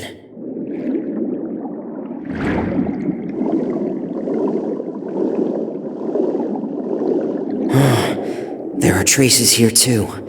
I need to keep going.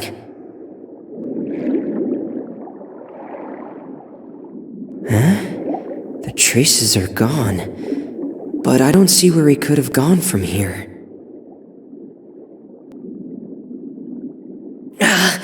Wait, what the?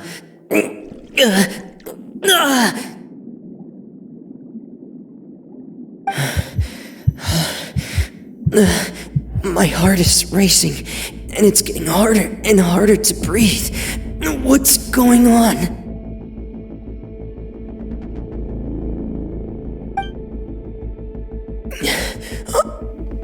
No good. I have to get back.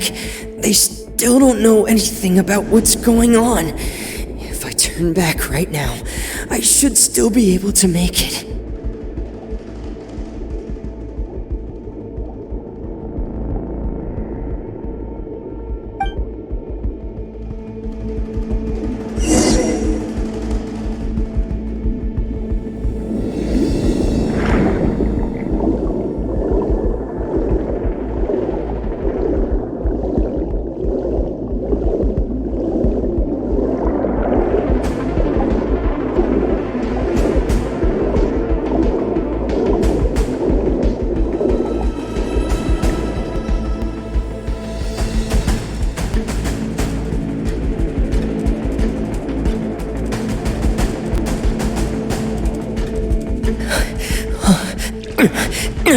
I can't die here.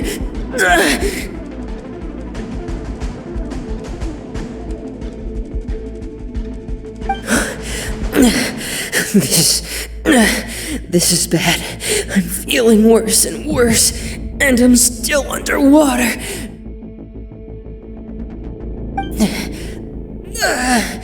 I have to push on.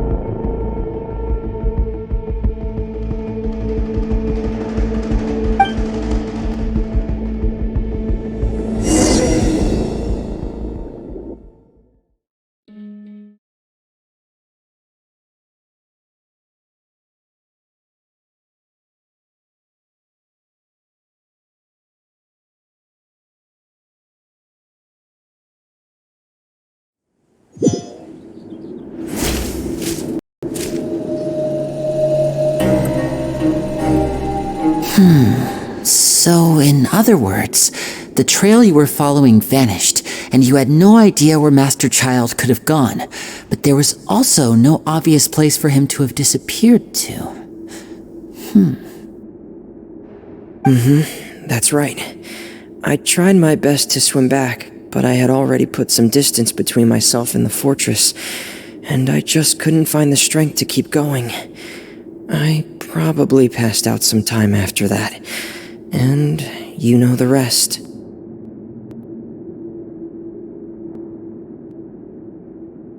Miss Clarande brought you back.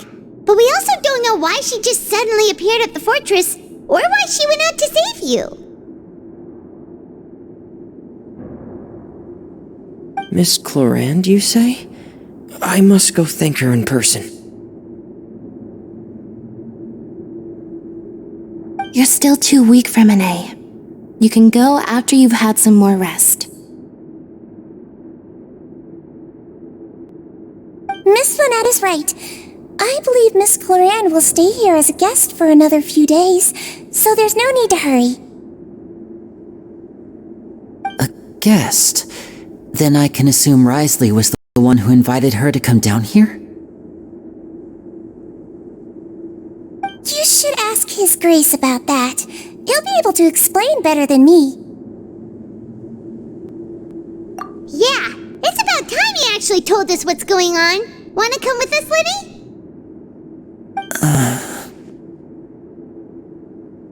No, please go on without me. I don't want to leave just yet.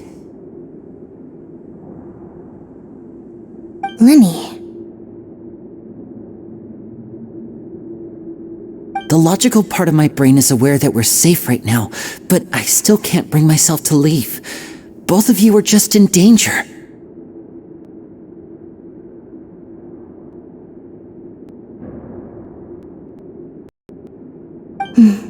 Understood. Then let's just sit together for a while. In that case, I'll leave the infirmary to you. The Traveler and I are going to head out for now. As long as you stay in here, I don't think you'll be disturbed. Thank you.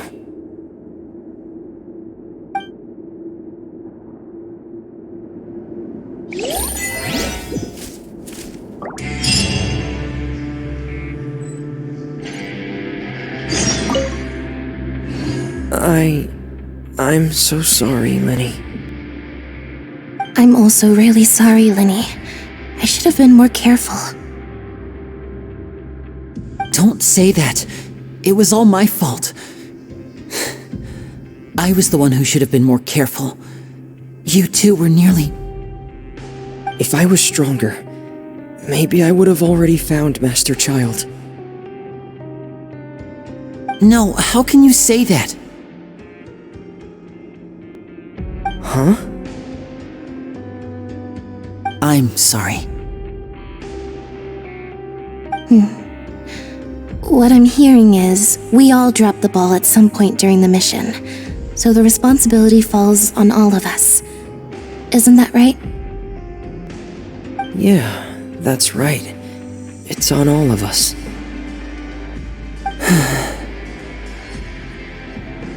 Lenny, we understand that you're worried about us, but we're worried about you as well.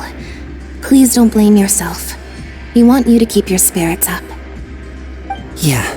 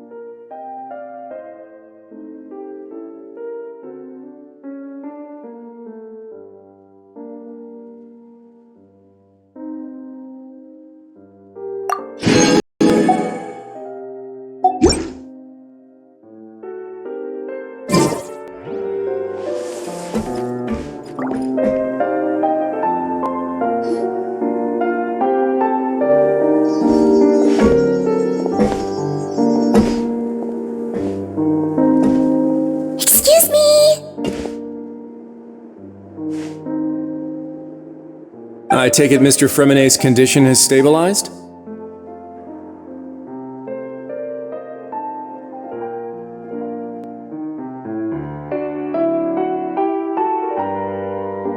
Of course! I wouldn't have left the infirmary otherwise.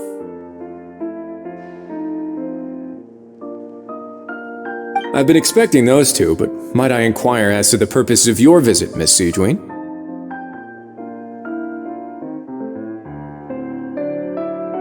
I wanted to check up on Miss Cloran. How are you feeling? Mostly fine, I think. If you don't mind, I'd like to perform another quick physical exam. It'll just take a few minutes.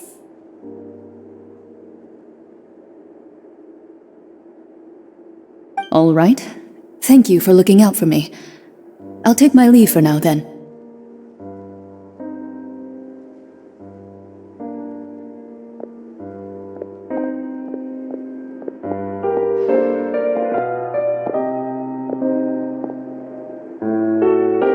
Well, want to explain yourself, Risley?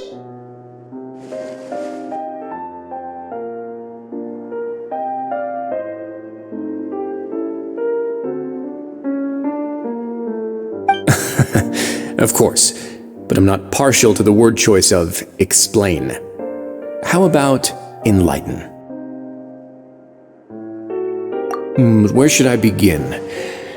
How about you start by asking me any questions you have? You can start with whichever one you'd like to get answered the most.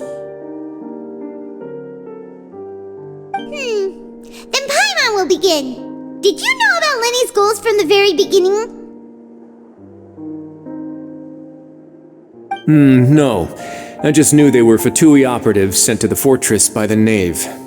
As for their specific goals, I only figured those out as you made progress on your investigation.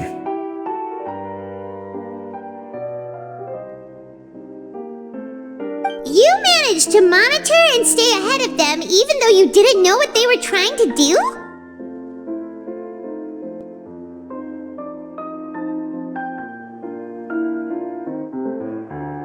They came here with ulterior motives. I'm quite adept at discerning what that kind of behavior signals. Initially, I thought their goal was just to investigate Child's disappearance. Linny suggested that I had deliberately let him escape, but in truth, I didn't really do anything special to help or hinder him while he was here. Everything he did, from finding helpers to leaving this place, he did on his own. Of course, it's inevitable that the Knave would make a big deal out of her fellow Harbinger's unexplained disappearance. I'm also quite curious about where that Harbinger went, so I figured I might as well let the Fatui do their own investigative work. All I care about is the answer. So you were hoping Lenny's group would just do your work for you! It sounded like... Unfortunately, things didn't go as planned. I assume that Fremonet has told you already, the ratio of primordial seawater around the fortress of Meripede is on the rise.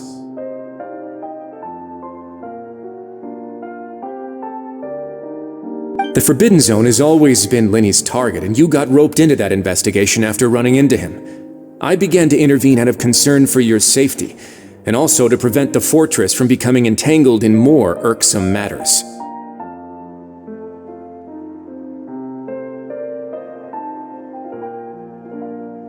Are the rumors true that you're also a former criminal?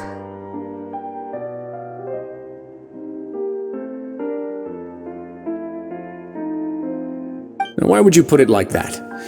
Isn't staying here all day and serving as the manager of the fortress a kind of sentence unto itself? Another form of prison? I just happen to have some support from the rest of the inmates, that's all.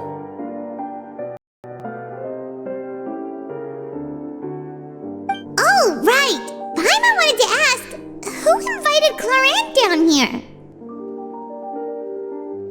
Me, of course. I paid her good mora to come down to the fortress for some field work. As a champion duelist, Miss Cloran could be considered to be an independent party. I needed to find an exceptionally capable person to help me get through the impending crisis. And saving Fremine was part of that crisis? You can think of it like that, yes. Credit where credit is due, that boy is quite adept at diving.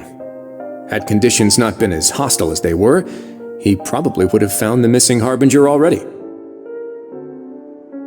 That's not something you should be asking after. Neuvillette only asked you to investigate Child's whereabouts. All I need to prove to you is that the Forbidden Zone had nothing to do with the Harbinger's disappearance. That should be clear now that you've spoken to Fremine. But we've already uncovered that there's something wrong with the infirmary, and we've answered a bunch of questions that you threw at us. Isn't it about time that you answer our last question in return? You make a compelling case. Do you really want to know the answer that badly? Yeah, Paimon really wants to know. Even if the truth may not be pleasant?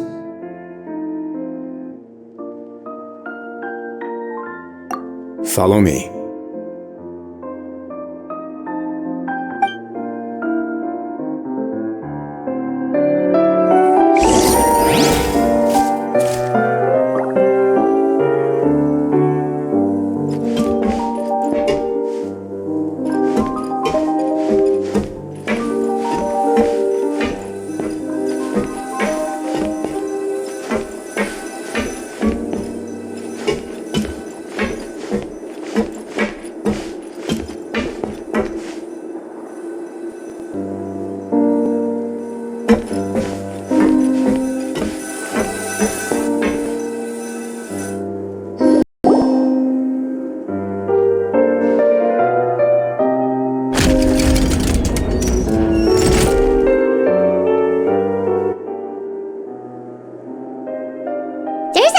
Door here? And a whole basement behind it? Huh. You're pretty good at hiding stuff, Risley.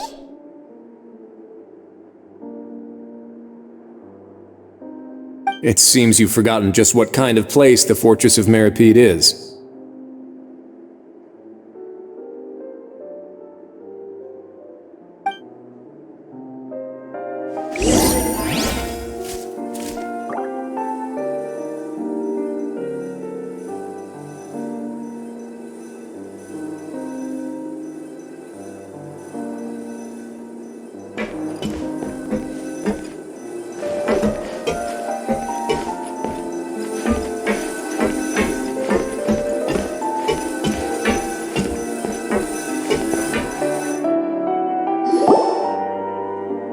Stand on the central plate.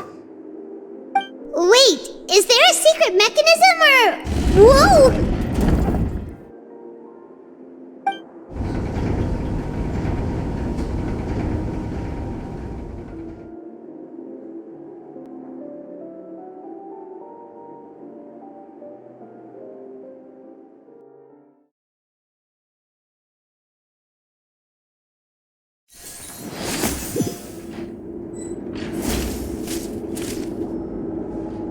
So, this is the Forbidden Zone? Honestly, for a place so well hidden, Paimon sure doesn't see anything special.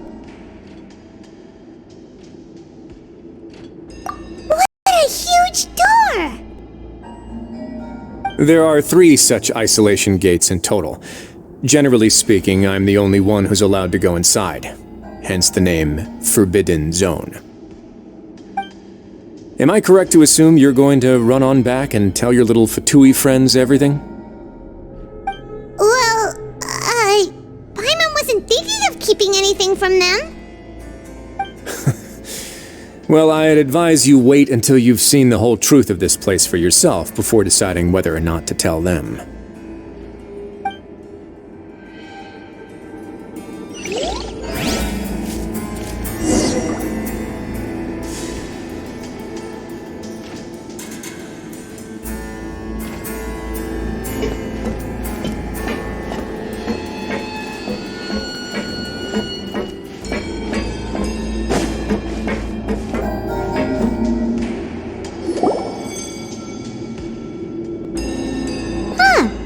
there's a switch on the side.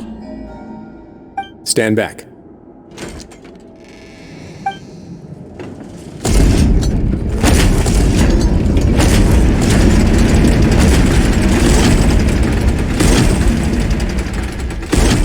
Whoa!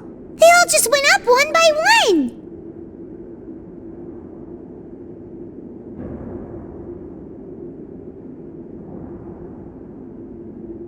Go on, have a look.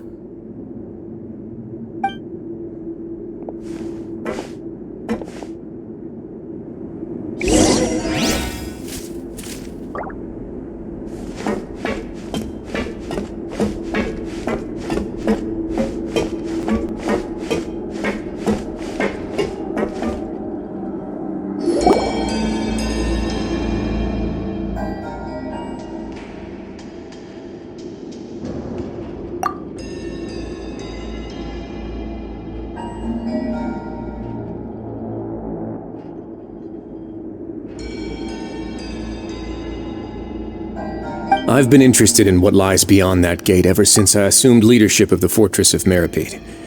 Of course, it would be unwise to recklessly open it, but it'd also be risky and negligent to simply ignore any potential danger that could be behind it. The readings on that dashboard have not budged since the day when I first laid eyes on this place. But over the past year, the needle has crept upwards from its original position, likely because some parameter it's been tracking has changed, if only infinitesimally. Normally I would have ignored it, but I happened to have some free time when I noticed it, so I investigated. Any guesses what the reading could be tracking?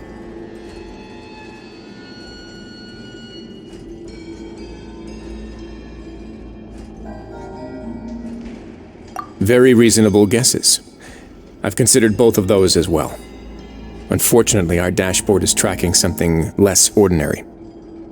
The temperature should vary with weather and climate changes, so for something that rarely shifts, the water pressure is more likely. We ran a few tests to increase the pressure from the outside, but the readings didn't change at all.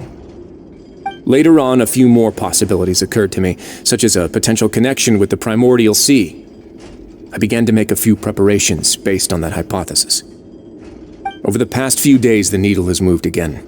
With that, and the symptoms that Fremine displayed after leaving the fortress, I can now confidently conclude that the readings represent the concentration of primordial seawater in the seawater nearby. The concentration of primordial seawater? But we're already under the sea! And that is precisely the problem. We're at the bottom of the sea, and now we're surrounded by toxic seawater. Somehow, primordial seawater got mixed in, and the concentration is steadily rising.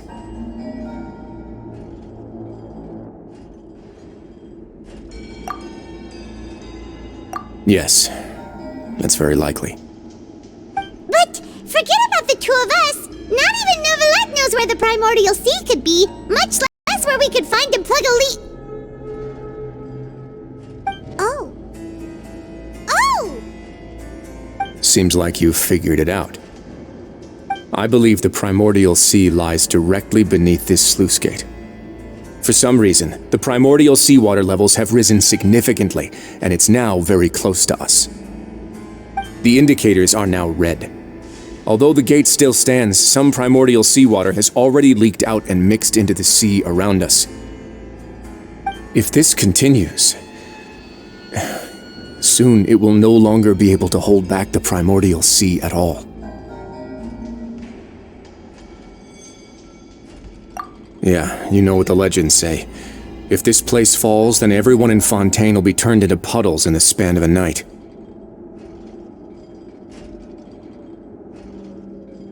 But that's just too weird! Why would the Fortress of Meripede be built right above a sluice gate for the primordial sea? Who built this place anyway? Your expression tells me you think this might be part of a vast, complicated conspiracy. To be honest, you might find the actual answer may be exceedingly boring. It's just that the secret of the Forbidden Zone had been long forgotten by the nation before I rediscovered it with my research. There's no single founder of the Fortress of Meripede in any traditional sense. What we know about its history has been left to us by the people who used to live here. When the previous Hydro Archon Egeria ruled the land, all convicted criminals from Fontaine were exiled. The people drove the criminals away like a wolf pack chasing away the banished. The criminals received no sympathy of any kind from the people. They were exiled to the desolate seaside, where they experienced only pain, struggle, and the bone-chilling cold. Some of them began to repent and prayed to the Hydro Archon, asking if there was still anything they could do. The Hydro Archon took pity on them and said, "You may go guard my secret, deep underneath the waves." And so, leaning on the power of the Hydro Archon, they gathered underneath the sea and began to build a fortress. They became a community down there in the deeps, and over the years helped it to grow. As the number of exiles increased, more and more people joined the community. When the first group of exiles died, they left the yet unfinished fortress to their successors. The Hydro Archon continued to lend her support, allowing the fortress and what it stood for to continue growing ever larger. Before long, this dark underwater fortress became the sinner's only home. And with that, the people here stopped referring to the fortress as a prison. They saw themselves as repenting sinners who would regain their freedom once they had sufficiently redeemed themselves.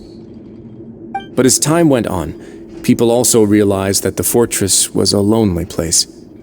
Once they had gotten used to life here, they could no longer feel comfortable living in the overworld. Once they had finished serving their sentences, some people left and some others chose to stay. They'd find some idle position and let their withered souls fade away with the ancient secrets of the past. After many, many centuries, few people still remember the reason for the fortress's founding. Now they just see it as an integral pillar of Fontainian society, as the place where criminals deserve to be sent. Now and again, researchers manage to break one law or another and live out their days in the fortress. I learned all this from an elderly historian. Everyone else just thought he'd made it all up. But now you know every part of that history is true. Indeed. It's just as the prophecy says. If this gate fails, then everyone will be dissolved into the sea. To be frank, not really. But sadly, that hasn't stopped this prophecy from proving all too accurate. Prophecies are troublesome things. Just hearing one will create the first wave of panic. Seeing signs of it will bring about the second, and actually witnessing it in real time, the third.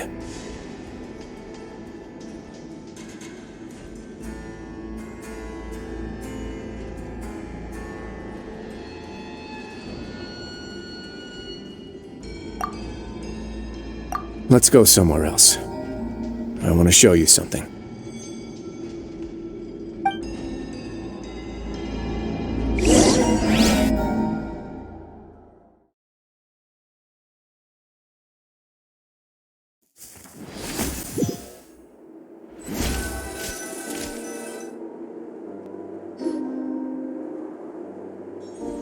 This is it.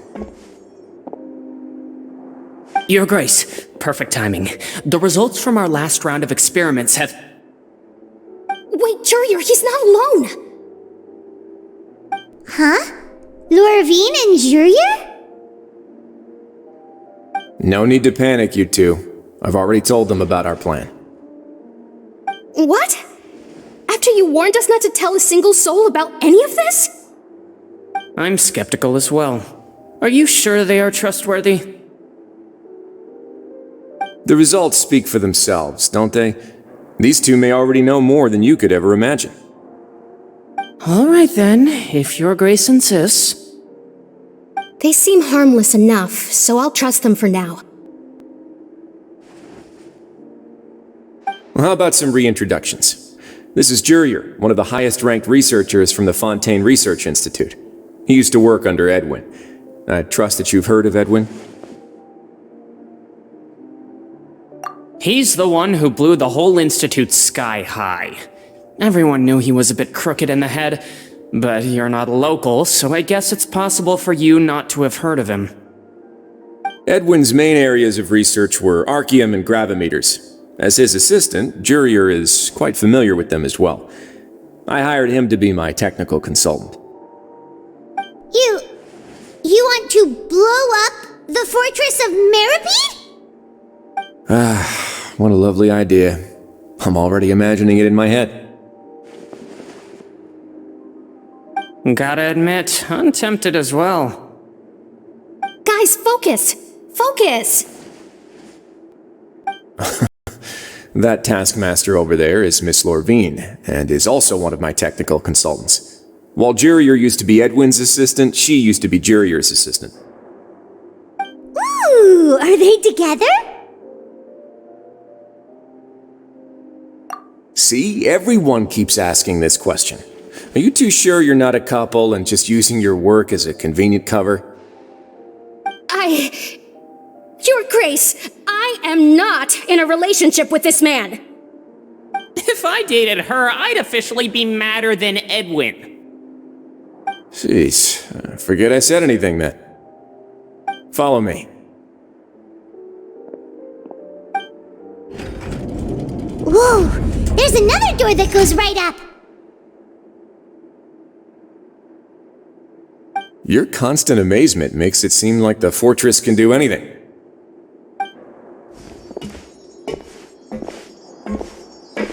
But Paimon really thinks everything's super cool.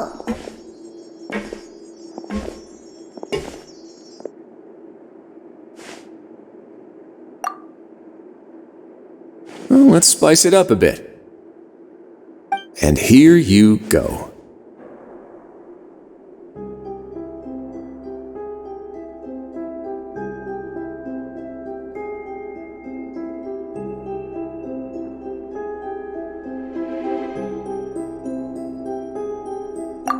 What a huge ship! This is also a production zone that Paimon's never seen before. What's going on? How much do you know about Fontainian history? Not much at all.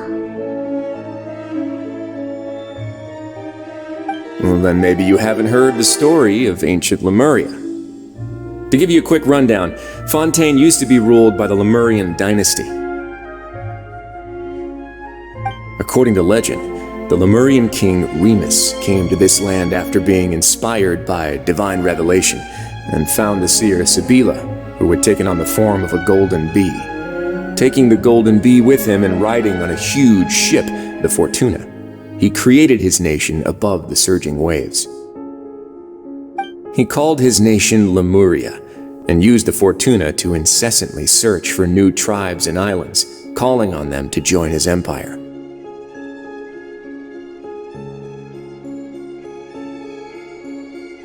There's a ship in this story too? Where there's water, there'll be ships. People believe that hope can always be found at the end of a voyage. Do you believe that too? To a point, I think. As you've already seen, I have a whole factory's worth of labor, materials, and technology at my disposal. Certainly can't hurt to give it a try. So the moment I began to speculate that the primordial sea might lie underneath the gate, I also began this project. Were you inspired by the legendary Fortuna? Maybe. Fontainians need something to hold on to cope with the impending disaster.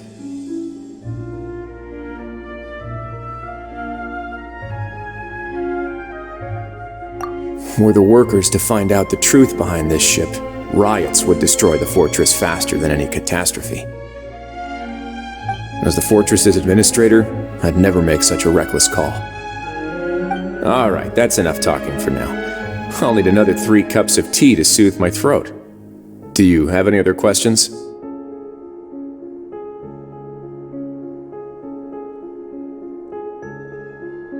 Seems like you're good. Come on, I'll take you back.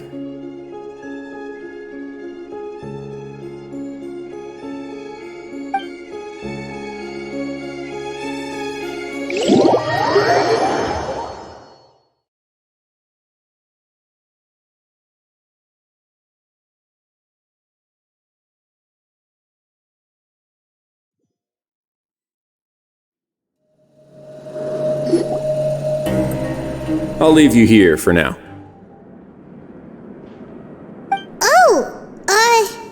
Thank you so much. No worries. But don't forget, it's up to you whether or not you want to share what you just saw. What you do from here on out will likely affect those three as well.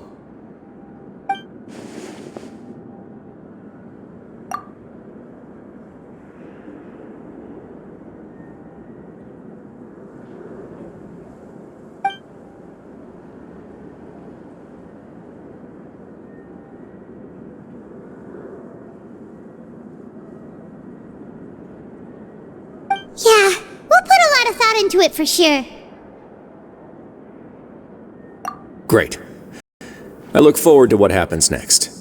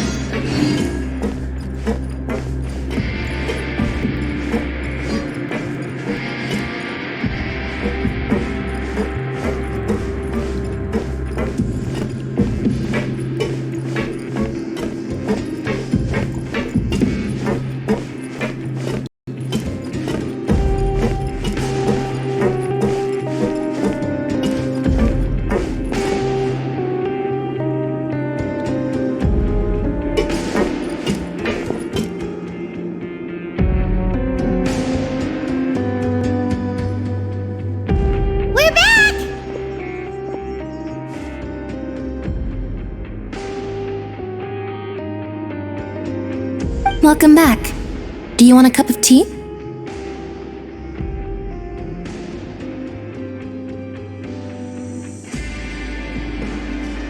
How can you be so much like Risley, always drinking tea? Huh. Actually, now that you mention it, I just remembered something now. While I was sedated, I could still barely hear two people talking next to me. They were discussing everything, from the leaves to the water and even the teacups themselves. Must have been Risley and Sejuin. Yeah, I heard one male voice and one female, so it should have been the two of them. They really were just talking about brewing tea. I really can't make sense of this place.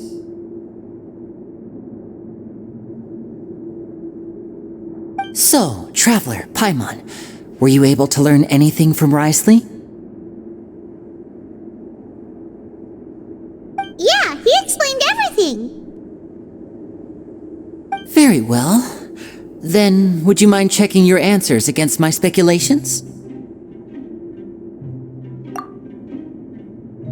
Yeah, I took the time to rest, so I'm feeling a lot more relaxed now.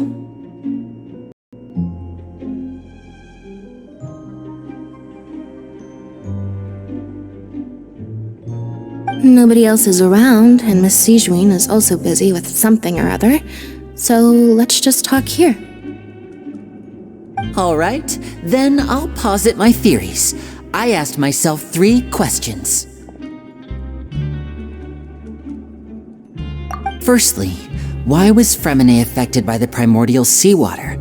It was because he dove into the sea.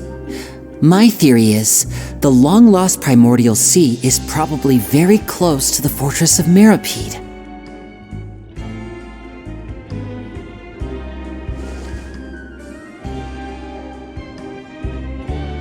Ooh, he's good. He got that right on the first try. That's our Lenny. Secondly, Risley's attitude changed dramatically during the course of our stay here. He ignored us completely at first, then suddenly roadblocked us. Why?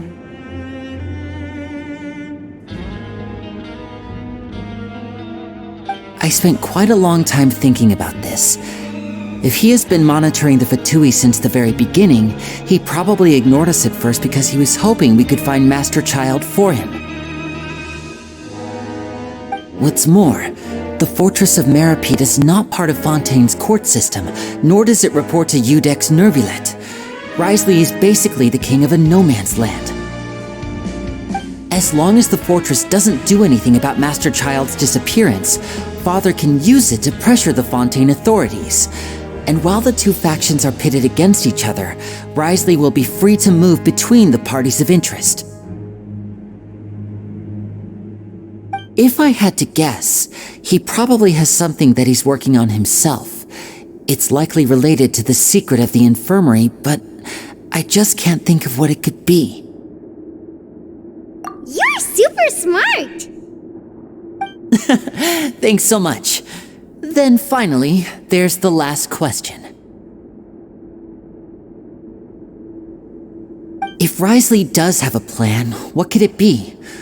All I know for now is that his plan probably has something to do with the changing nature of the seawater. He's even gotten Cloran to help him out. That can't be the full extent of what he's doing. There's probably a secret passageway behind the block in the infirmary, and there's something big in the fortress that most people here never get to see. He has a bargaining chip, and it could be important enough for Father to deal with him directly. I don't have enough information, so I have no idea what his chip might be. But let me guess. You have the last piece of the puzzle.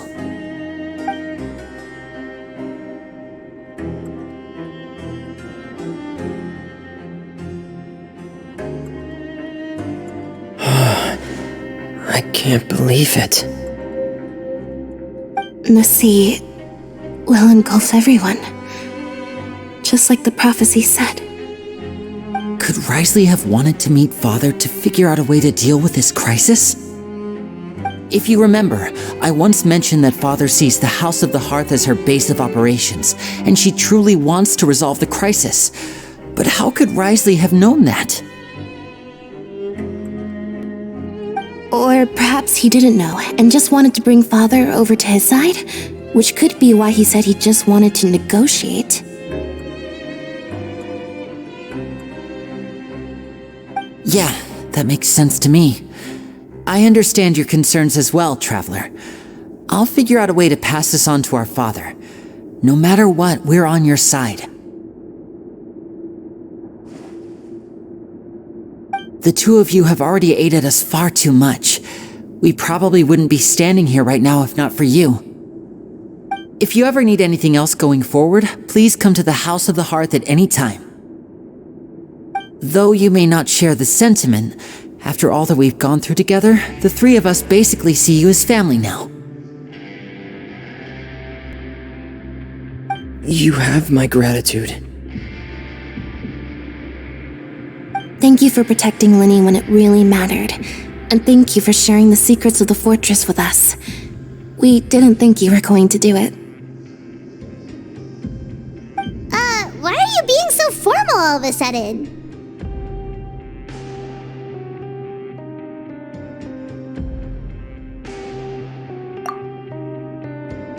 Given your strength, you might not need our help at all. But if you are ever in danger, we will try our best to protect you. Aww, the sound of that makes Paimon feel all warm and safe inside.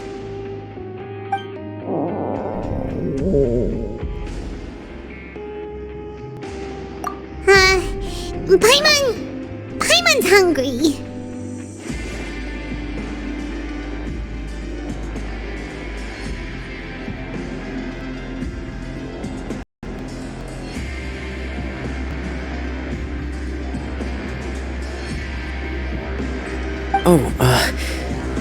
You've done so much already. Go get some food. Alright, then we'll catch you guys another time.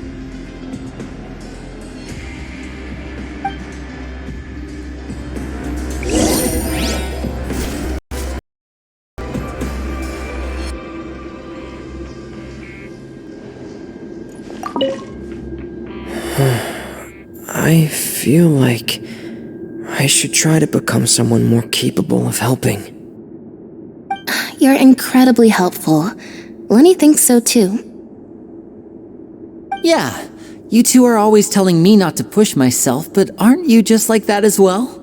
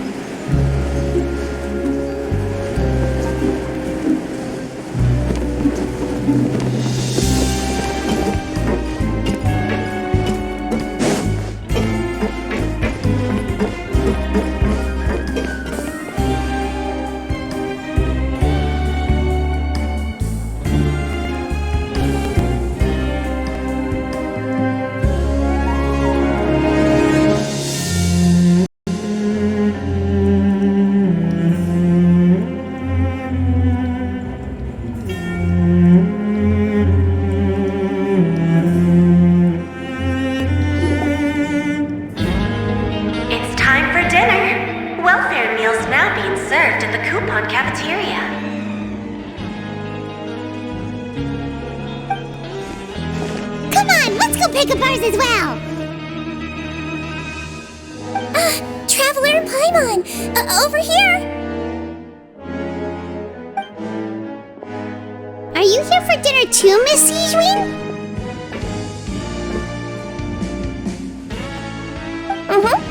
And I'm taking the opportunity to prepare Miss Cloran's dinner as well. Huh. You're right! She's actually sitting in the fortress cafeteria! What would you like to eat?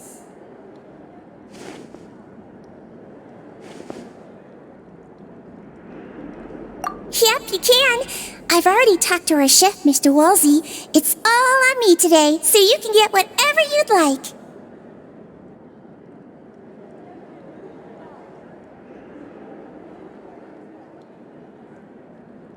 Me too! Don't forget Paimon!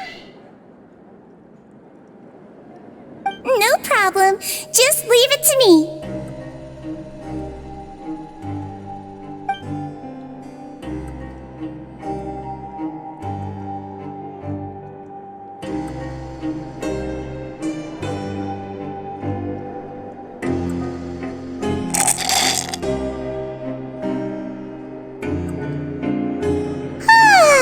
So delicious. Paimon's so happy. Paimon wants to feast like this every day.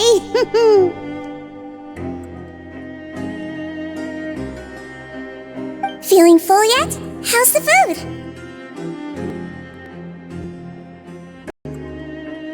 Delicious.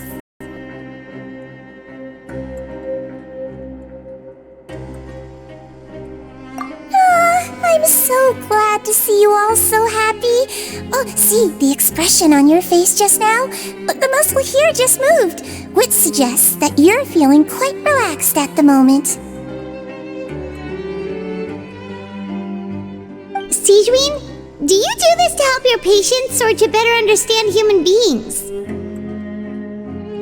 A bit of both, I suppose. I'm a Melusine, which means I'm very different from human beings. I must know what you're thinking if I want to take good care of you.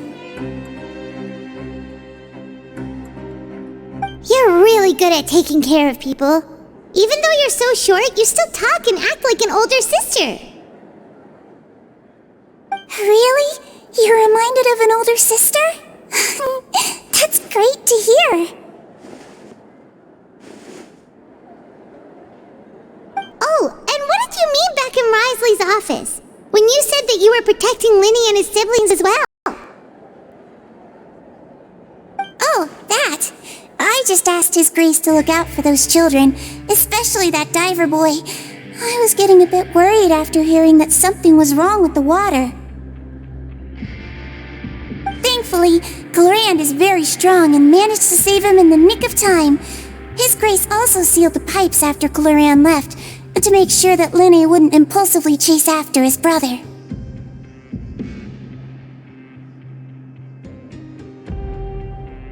Although the path was blocked, we still stationed some guards there to stop anyone from approaching. They were instructed to only open the door once Miss Glorand had returned. Oh, and I was keeping an eye on Mr. Linne as well. We had to press him, but we couldn't allow him to be in any real danger. You were all super considerate and really thought everything through. It's just what we do down here at the fortress. At least this has been His Grace's style for as long as he's been the leader.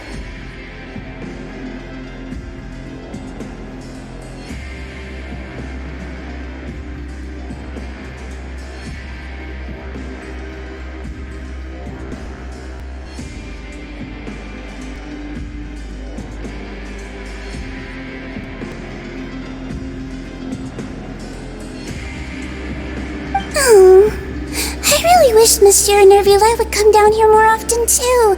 I feel like he'd like it here, with all the darkness and chaos.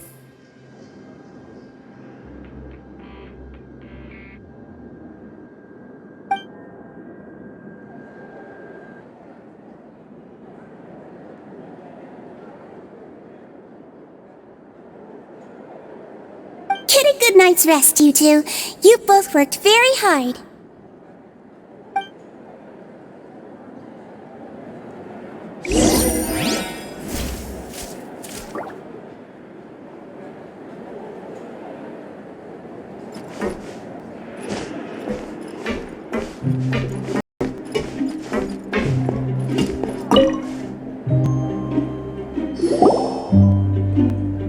Glorand! Ah, it's you two. How's dinner? It's all right. Miss Sigewin really put in a lot of effort. So we heard that Brisley invited you to come down to help, and you saved Fremine too! You sure work super fast! Oh, it was child's play.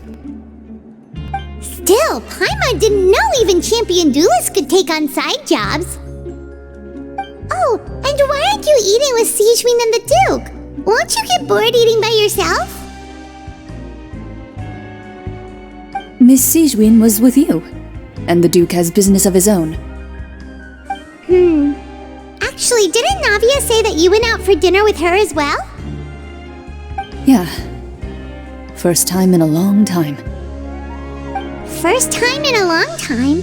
So you mean you've gone out to dinner with her in the past? In the past, yes. You seem to be enjoying yourselves here.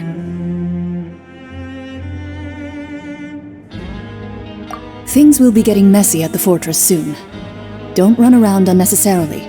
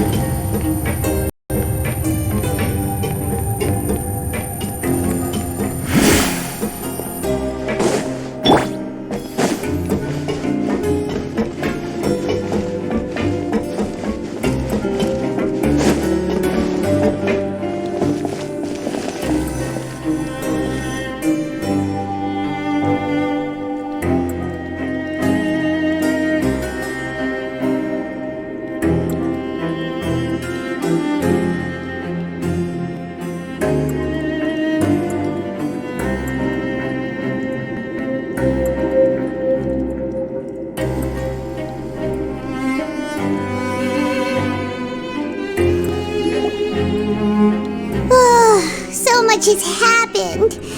Paimon just feels absolutely exhausted now that she's finally relaxed. Paimon's super sleepy. Are you sleepy too?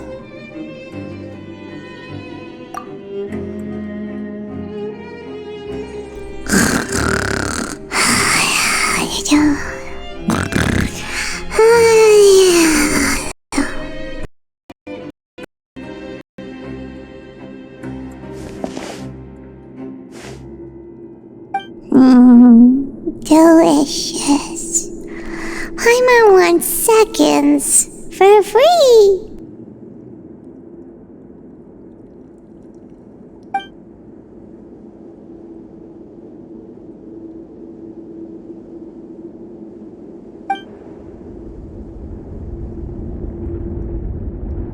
Out of my way! Get out of my way! What happened? Why is everyone running? No idea, but something must have happened. Stop asking!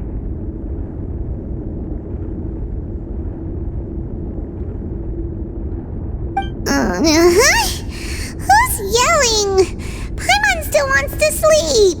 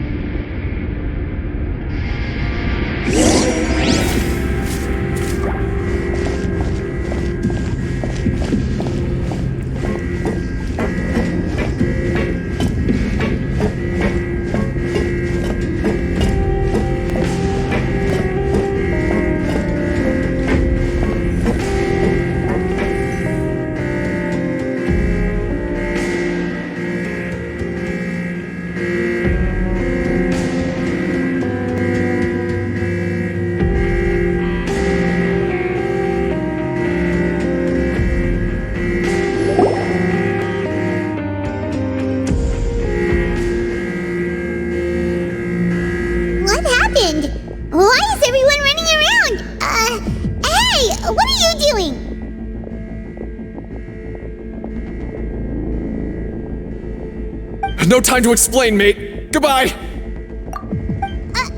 Hey, wait! What's wrong with these people? They won't even talk to us. They're here! There you are! Oh, thank goodness! Quisto and Lavaroon, do you know what happened here?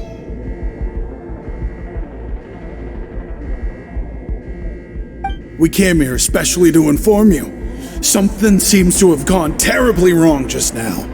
His Grace is telling everyone to evacuate and get out of here. Lavaroon was saying you two are new here and you don't have many friends, so you might slip through the cracks. Haven't you heard all the stories like that? An evacuation is successfully completed, yet you only find out once you do a head count that 1 or 2 people are missing. Wait, weren't you the one who brought that up? Why is it suddenly my idea? Hey, shut up! Okay, whatever. The point is, you should come with us. Yeah, he said to get as far away as possible, upwards and outwards.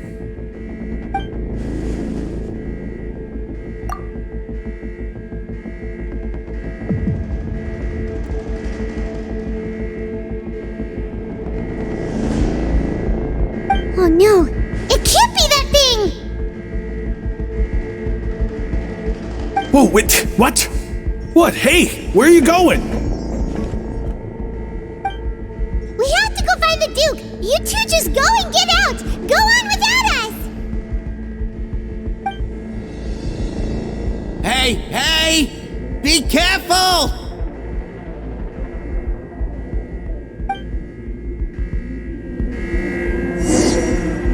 Attention! Please evacuate upwards and outwards, upwards and outwards. If you're already at the topmost layer, then try to move as far outwards as possible.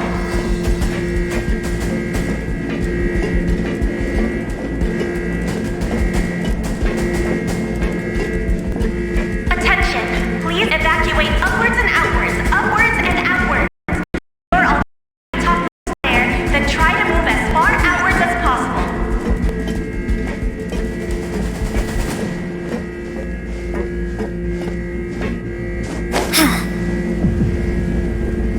Attention! Please evacuate upwards and outwards, upwards and outwards. If you're already at the topmost layer, then try to move as far outwards as possible.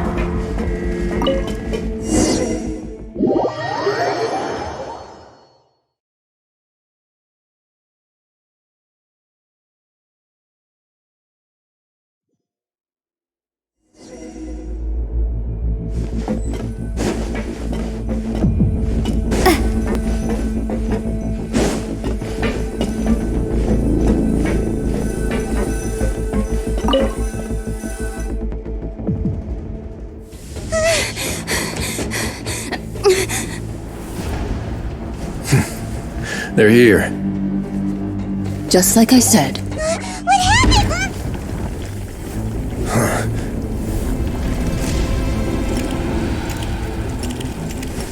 You're just in time. But be ready to run.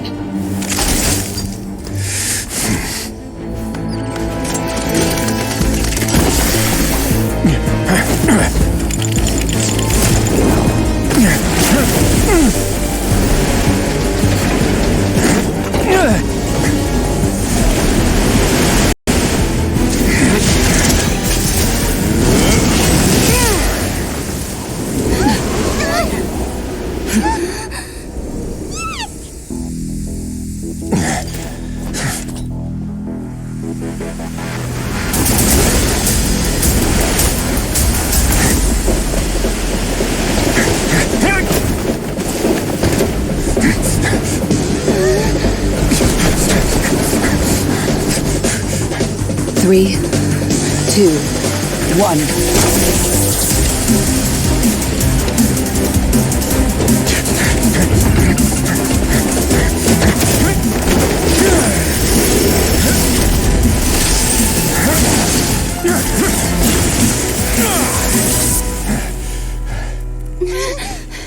This won't hold it for long.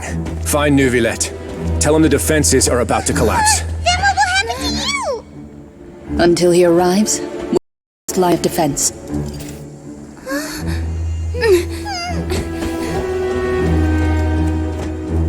The gate. How long do you think it'll hold? That depends on us.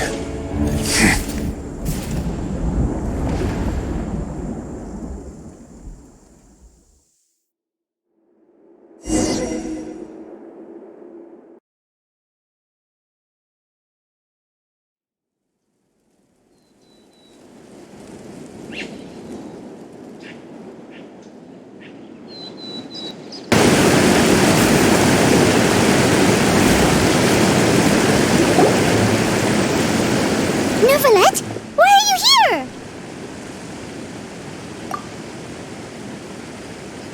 Traveler, I need you to head to the Opera House immediately. Farina will soon be meeting with the knave there. You must protect Farina, and make sure she doesn't spend too much time alone with her. Will do. You have my sincerest gratitude.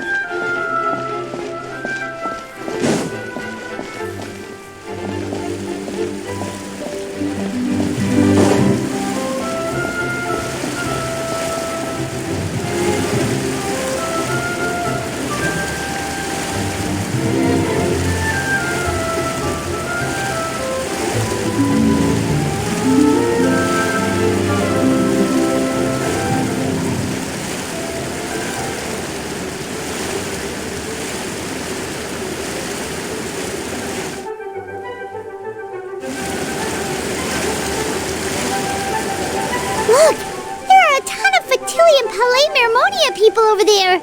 The knave is probably here already. We need to hurry.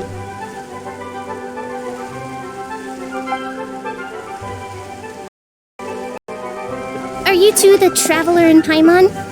Monsieur Nervalet has left instructions. Please follow me. Though I'm sure he's already explained, be a conversation unlikely to give rise to violence, but it would be most appreciated if you could protect Lady Farina to the best of your abilities.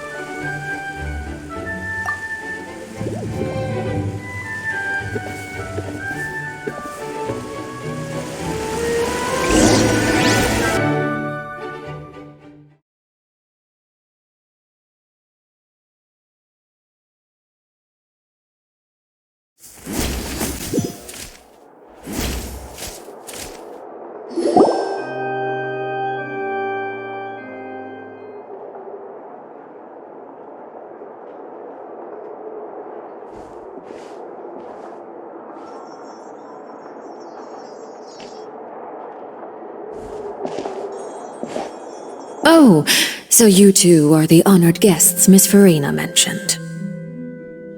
Of course! How could they not attend a meeting such as this? I must always have 2 or more guests at my dessert table. Otherwise, the occasion would be too lonely and unbecoming of my station. It is my pleasure to make your acquaintance. I have heard much of your accomplishments.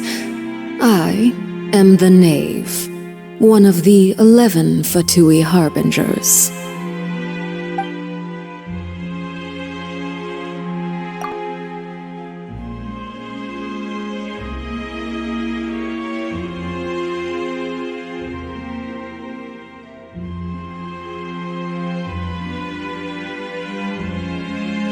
I've already prepared seats for you.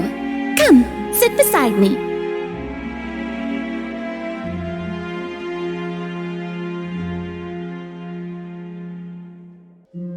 Perhaps you two are unaware of how Miss Farina and I do things. You see, we actually recently agreed to get together for tea when we had the time.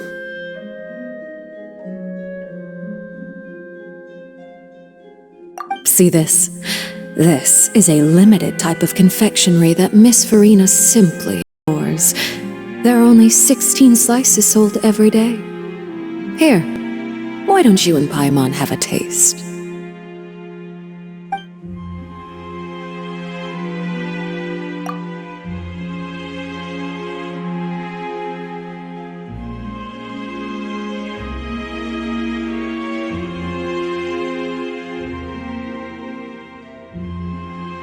Traveler, what do you think of this cake?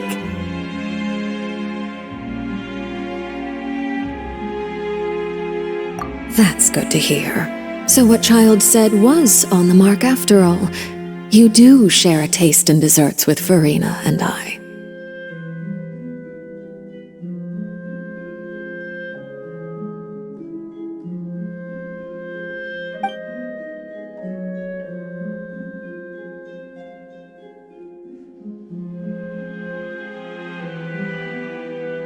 I wonder how he's doing nowadays. You must have heard, right? He's suddenly gone missing. I'm really worried about his safety, you know.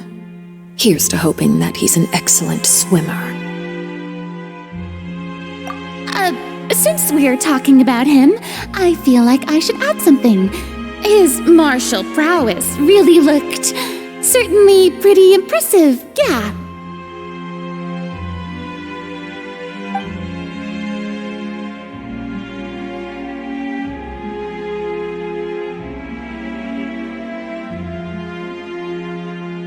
Oh, so you're also familiar with his aptitude for fighting, Miss Farina.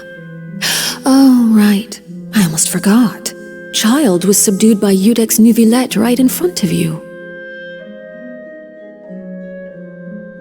Against ordinary people, my colleague would never be on the back foot. But alas, he just never imagined he'd run into such a person. I must express my admiration for Monsieur Nuvillette. Coming from you, that's not surprising at all.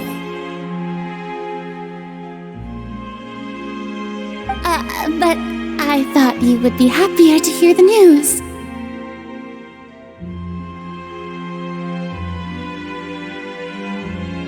Of course, but it's still a bit of a shame. You see, I would have been far happier had I received this news somewhat earlier. As you well know, a long time has passed since Child disappeared.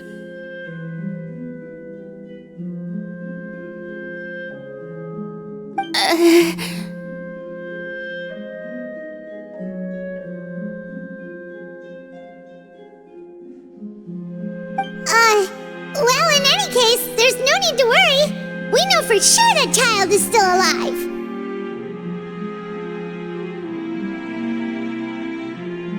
Oh, and just how do you know that?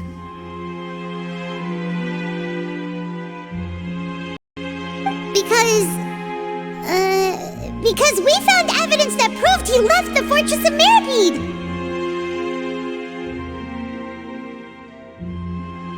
And where did he go after leaving the fortress?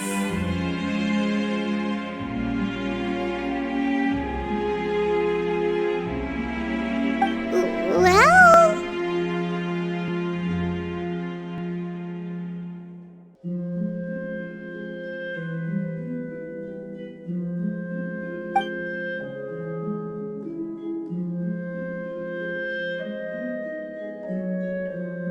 The Fortress of Mirapede lies deep beneath the waves. Unless he pranced right out of the main gate, he must have had to swim for it. Do you have any proof that he surfaced safely?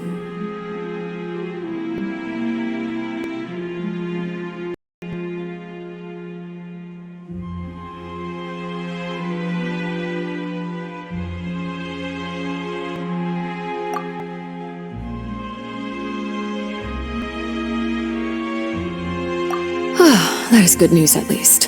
His sister Tonya sent a letter to Fontaine not too long ago.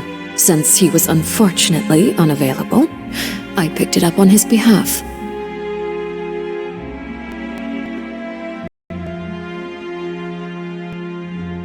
Do you have any idea how he usually writes back to his family? Dear Tonya, your letter made me feel like we were still enjoying our time in Snezhnaya together. I'm currently admiring the scenery on the streets in front of the Opera House. Is it something like that?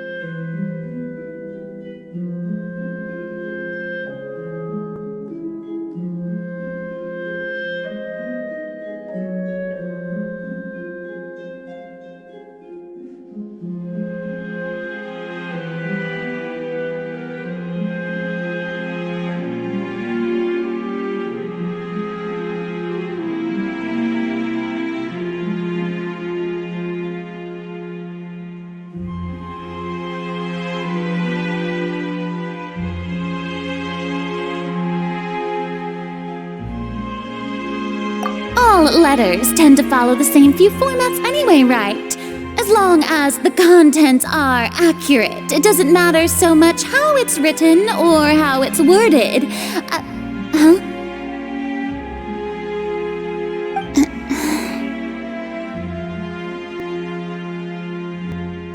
Hold on. The water in the teacup is shaking. I suppose this is also a sign of things to come, Miss Farina. Huh? I don't quite understand what you're trying to say. Have we entered into the next stage of the prophecy?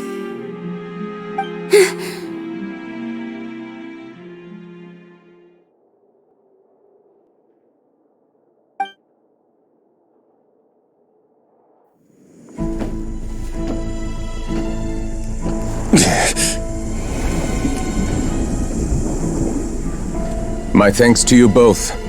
I will take it from here.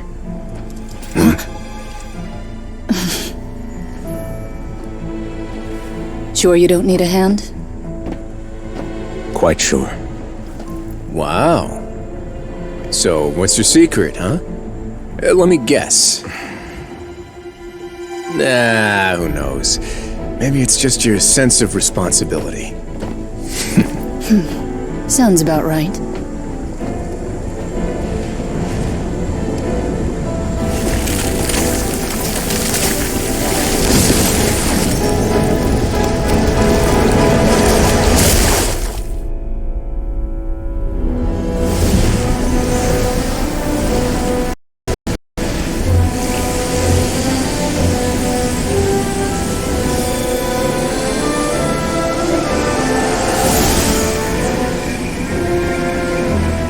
A day may come when the prophecy is fulfilled and the waters burst forth.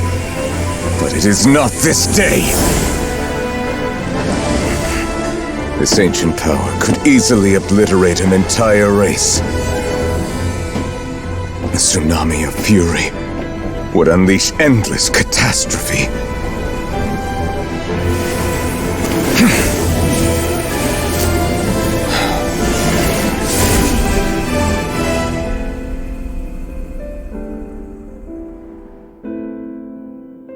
This sentence is too severe.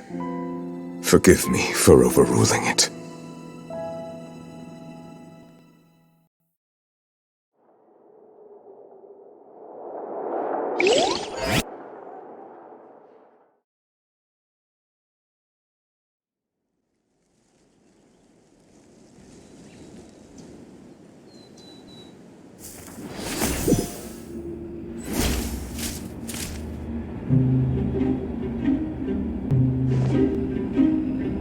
All right.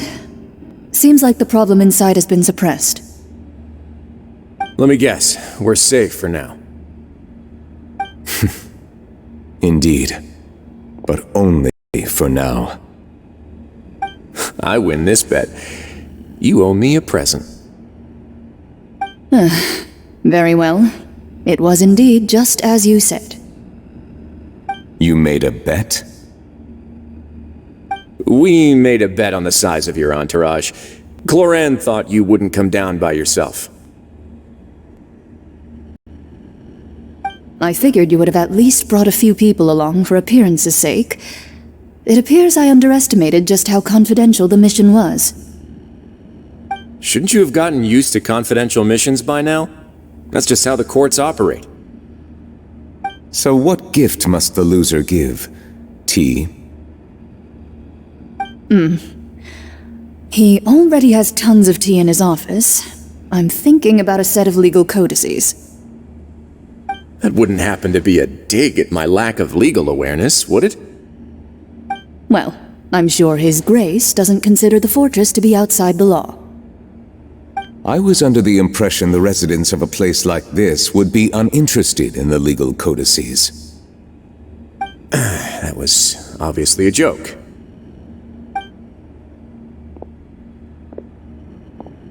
Anyway, you've still got some unfinished business to attend to in the overworld, correct? No need to stay here if you have a pressing matter. We all know you can't leave Palais Mermonia for long. Thank you. I hope everything went smoothly with the Fatui Harbinger.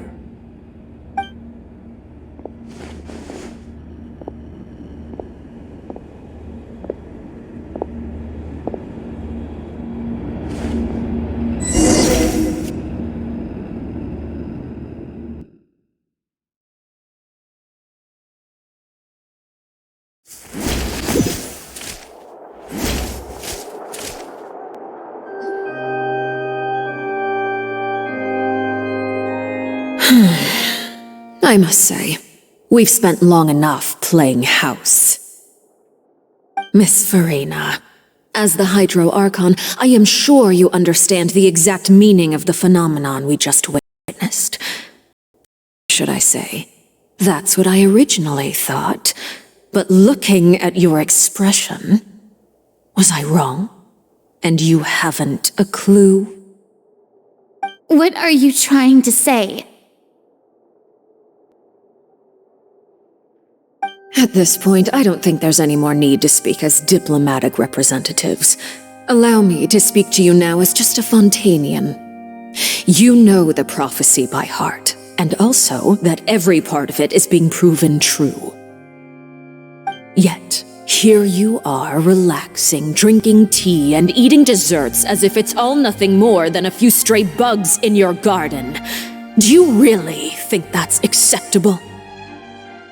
The prophecy's hanging above our necks like a guillotine. Every faction is looking for a way to either avert the disaster or save their own. Even the orphans of the House of the Hearth have devoted everything to saving their homeland. But you, it beggars belief just how nonchalant and carefree you have been. From the very beginning, you, the god Focalor, you have utterly failed to take action. You're wrong. I've never ignored the prophecy, nor have I just been passing the time in self-indulgence. Retract your accusation and stop doubting the wisdom of the gods with such absurd conjectures. I am not alone in my doubts, you know. All the children of Fontaine may be harboring the exact same thoughts right now. Oh, great Hydro Archon. How are you going to save them? Save us? How are the people you've sworn to protect supposed to survive in a land that will soon disappear beneath the waves? I have my ways, and I've been working on them for all this time. Even if you look down upon me, you have no right to judge me. Fontaine will be saved. Even if I still cannot see the true future right now, as long as I continue on as I am, I will be able to hold my head up high.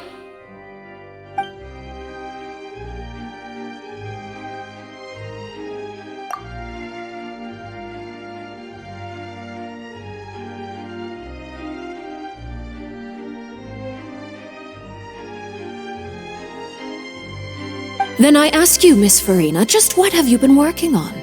Where can we see it, and what is it doing to help?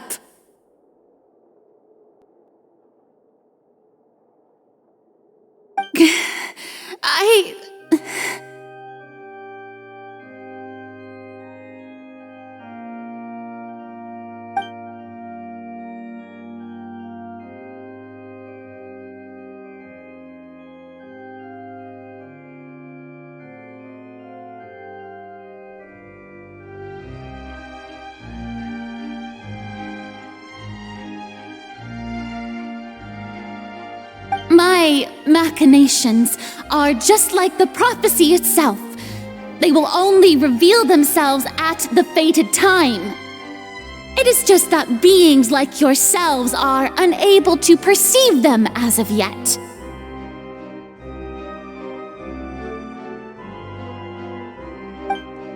I see.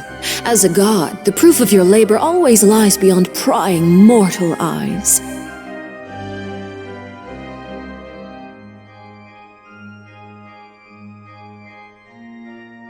Allow me to be so bold as to ask another way.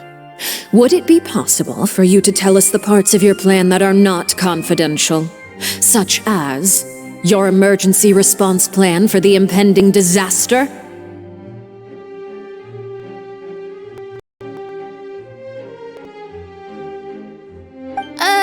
An emergency response plan? Oh, that look in your eyes. Have you not even prepared one of those?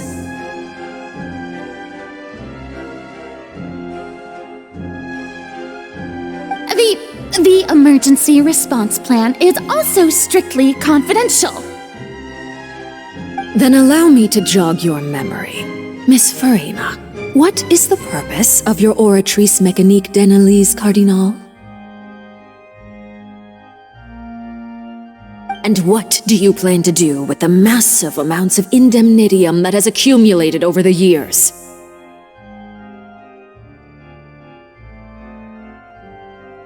The Oratrice? It's just like it appears to be.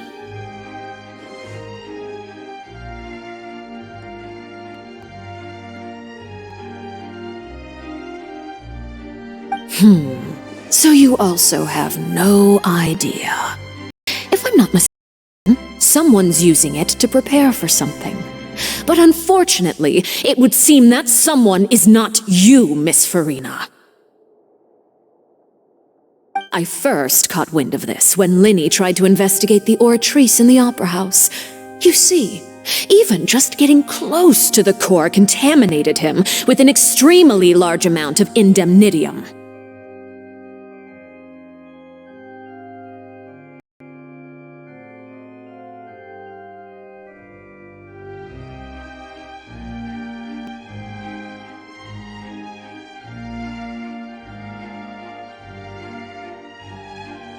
But even if that had nothing to do with you, then what could you possibly be working on, oh great Hydro Archon?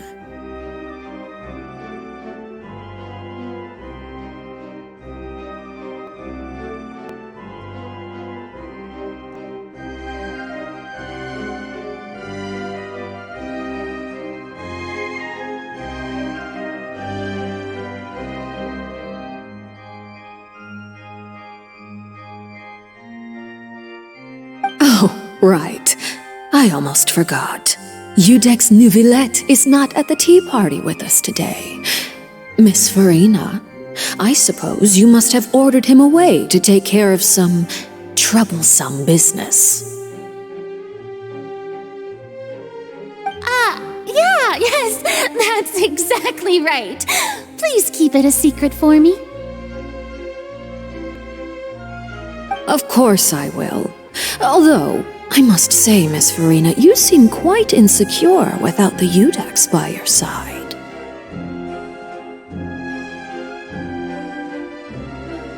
Oh, very well. Let's stop that conversation here. There are still a few slices of cake left, so please, help yourselves, everyone.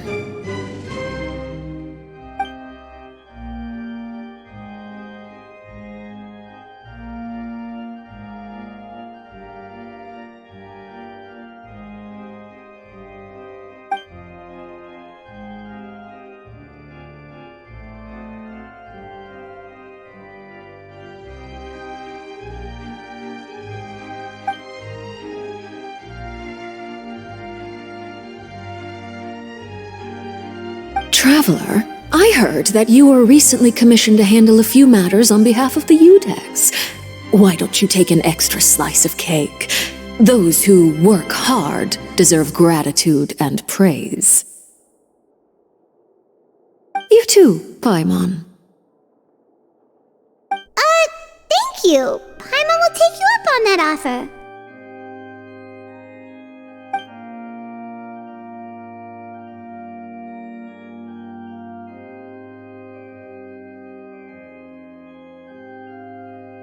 Oh, Paimon's super full. That cake was great.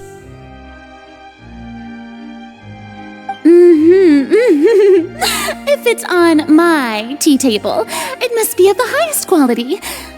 Yes, and we must thank the knave for bringing these over as well. You're welcome. I'm sure the cake also felt greatly honored to be featured at Miss Farina's table, and I was merely catering to Miss Farina's tastes, seeking a chance to chat over tea. It is getting late. Why don't we call it a day? There are still a few matters that I need to take care of, so I must take my leave now. Very well. We'll end it here.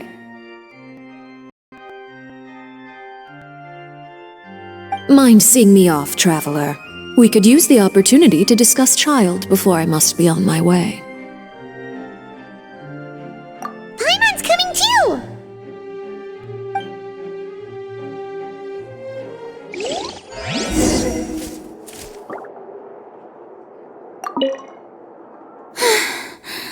The tea party turned out to be even more difficult than I'd imagined.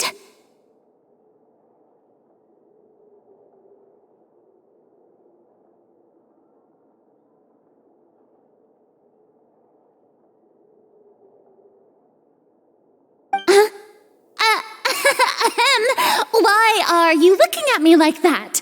Is something the matter? If there's nothing urgent, then I shall be retiring for now.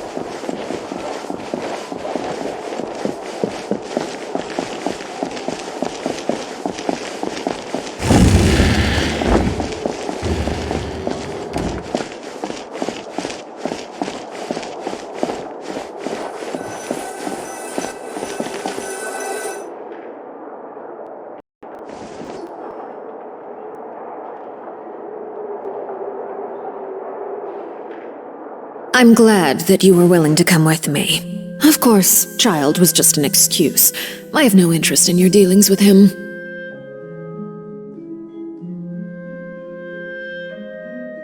That's what Paimon thought!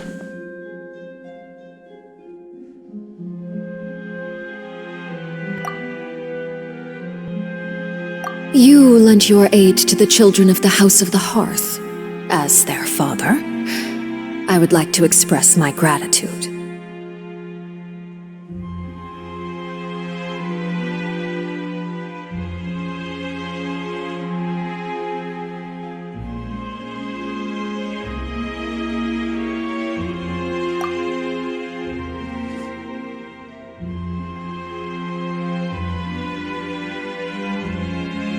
That was all. Formal topics should be discussed in formal settings, and informal topics in informal settings. I know you just returned from the fortress of Meripede. Relax. I have no intention of trying to get anything out of you.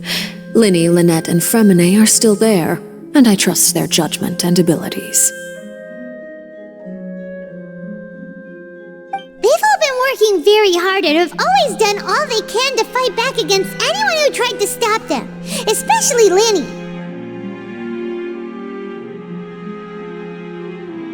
You mean Wriothesley. He's a tricky one to deal with. It's unfortunate that Linny's so eager to prove himself that he can't learn to rely on others, including me.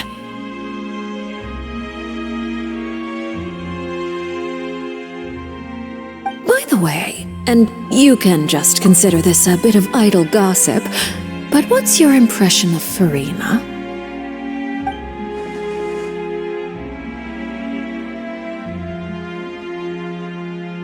You are outside of our disputes, and the freest person in all of Fontaine, able to move around most easily to share my perspective with you. And that's everything that happened during the trial. Master Child was declared guilty and immediately transported to the fortress of Meripede. Didn't he say he was coming here on vacation? Does he not feel an ounce of shame for all the trouble he has caused? I... Forget it. He did give us an opportunity. I will be meeting someone shortly. Do you require help with any preparations? No need. I will take care of it myself. I need to meet with Farina, the Hydro Archon. She is at the heart of Fontaine. But what's fascinating about her is that she often seems more like a celebrity than a working Archon. Oh, come over here, you little critter, you!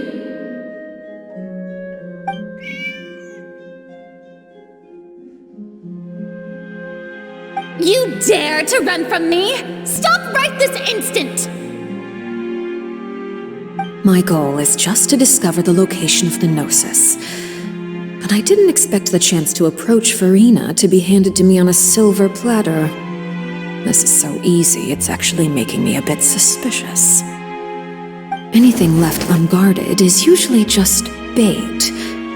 But no one will blame someone for taking the bait. After all, from the moment it was attached to the hook, the bait is meant to be sacrificed.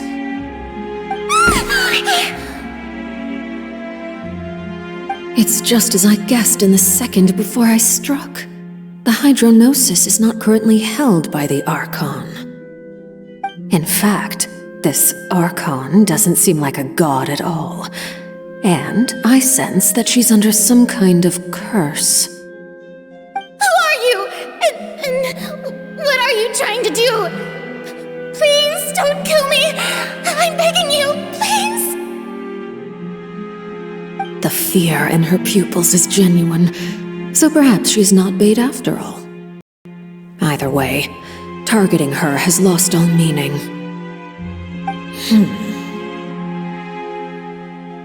I left the scene with ease. Nobody came looking for me, and nobody could serve as a witness to my near assassination of Focalor.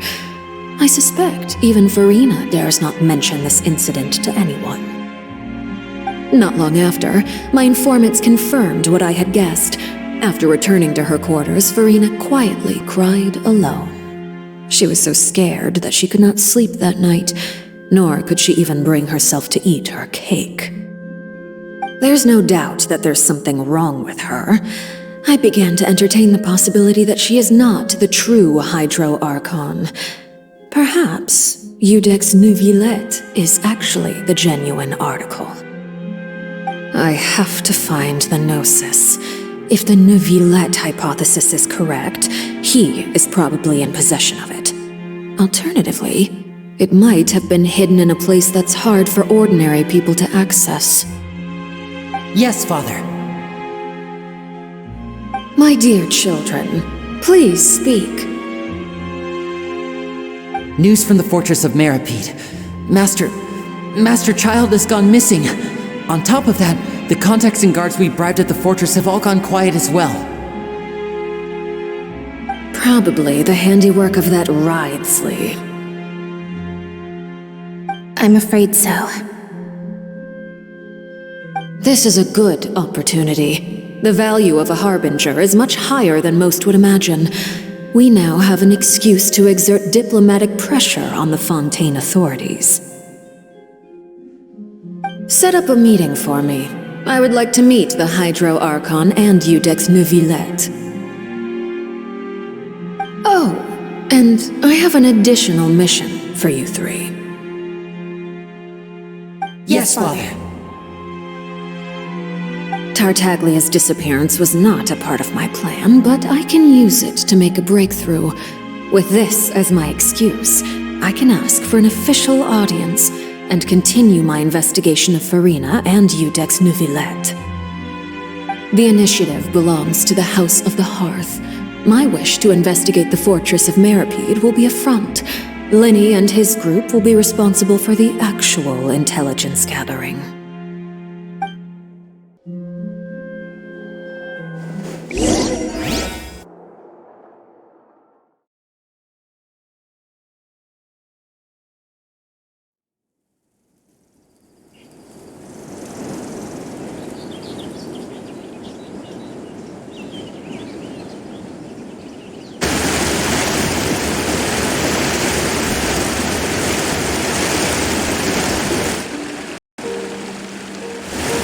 You should know the rest.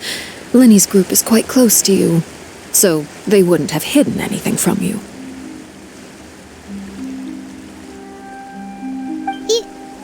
You attacked the Hydro Archon?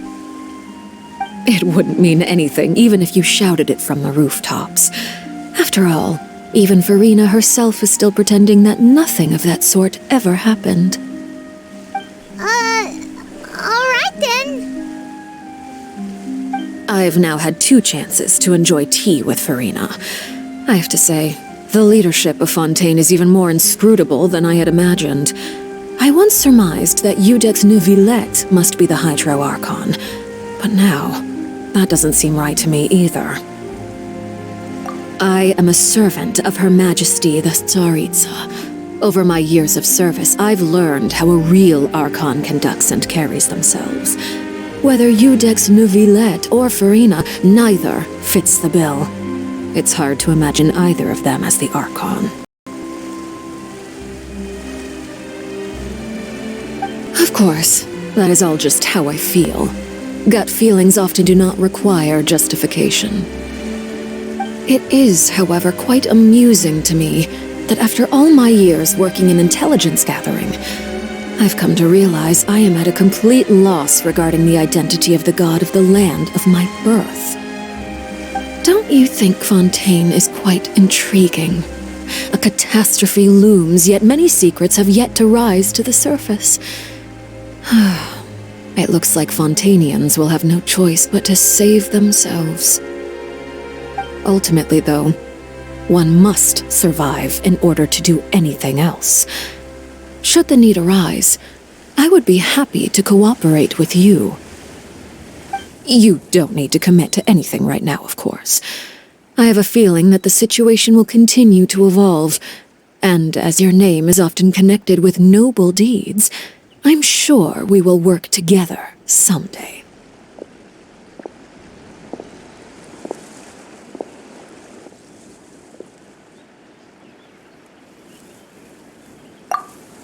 He certainly returned quickly. You must want to catch up with each other, so I'll leave you to him.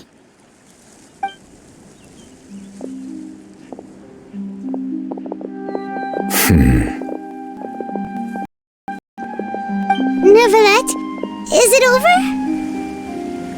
For now, yes. But this issue will prove quite thorny in the long term. I'm concerned that sooner or later the prophesized events will occur. Thank you for protecting Farina. To put it simply, I used my power to force back the primordial sea and reseal the sluice gate.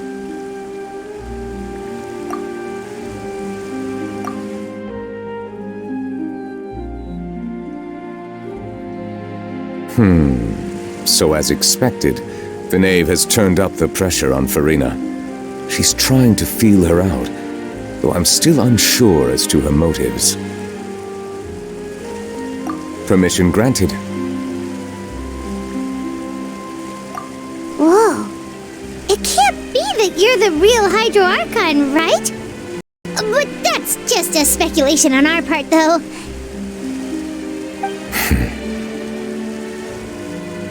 You can't tell us? Then that's okay. We can talk about something else. We won't try to force you. You guys in Fontaine are super strange. If by the phrase, "you guys," you are referring to Farina and I, then although I'm not sure just what you are trying to imply, I must clarify that I do not share her positions on a multitude of topics.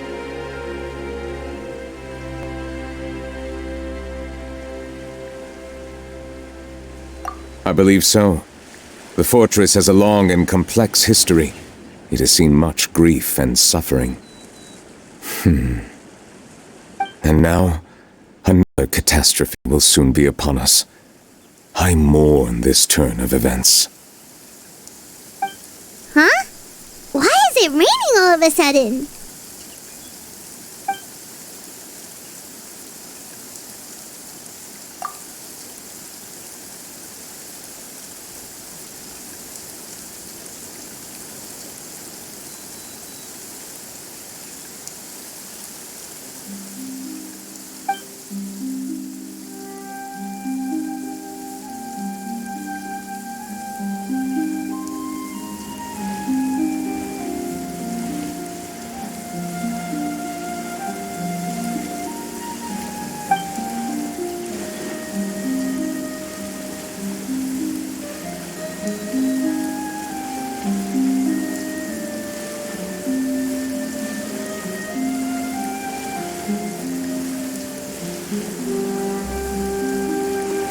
You may be closer to the truth than you think.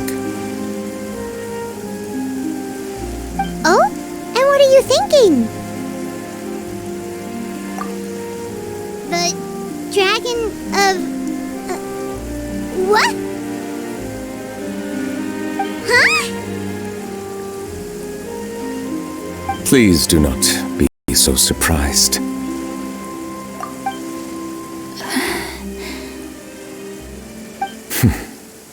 Farina?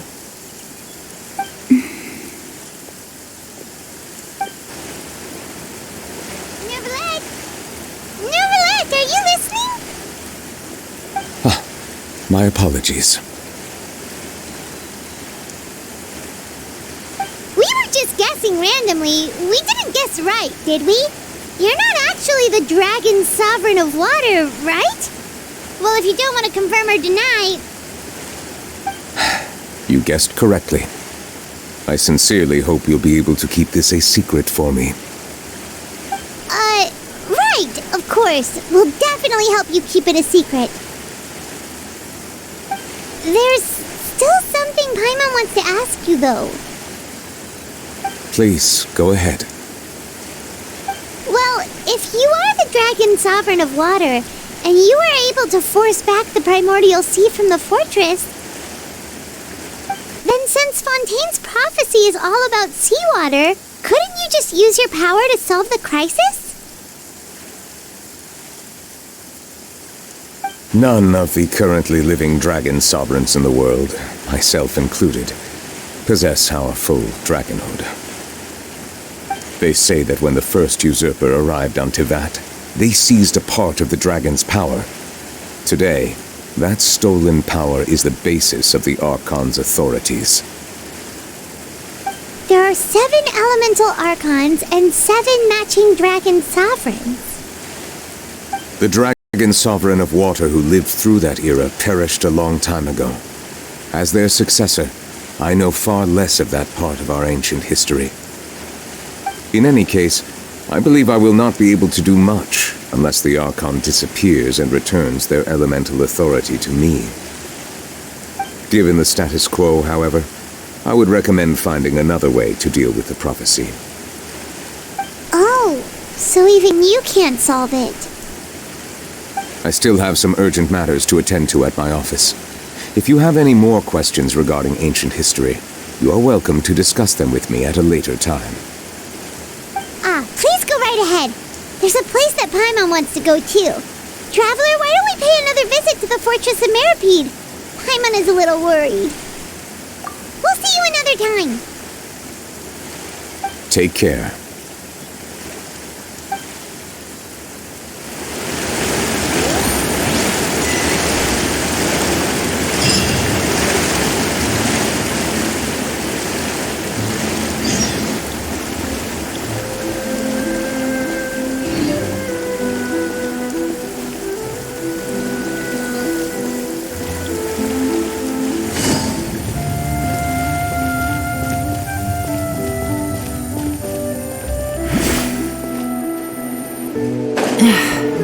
Blinding sunlight is such a pain.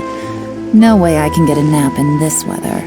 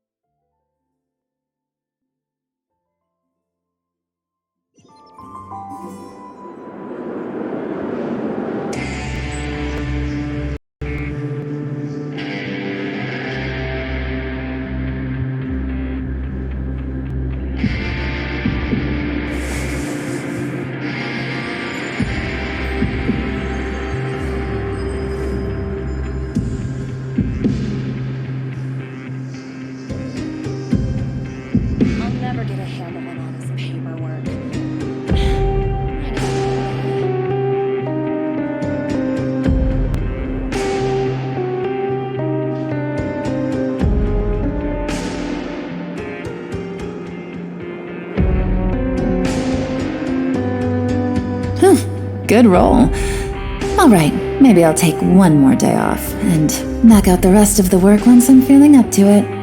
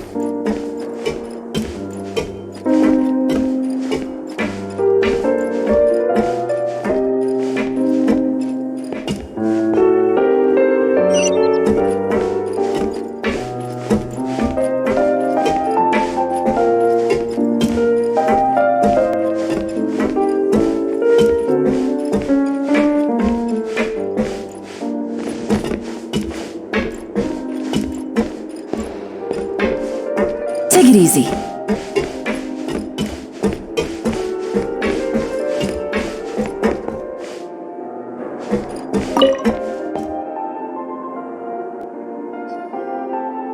Courier?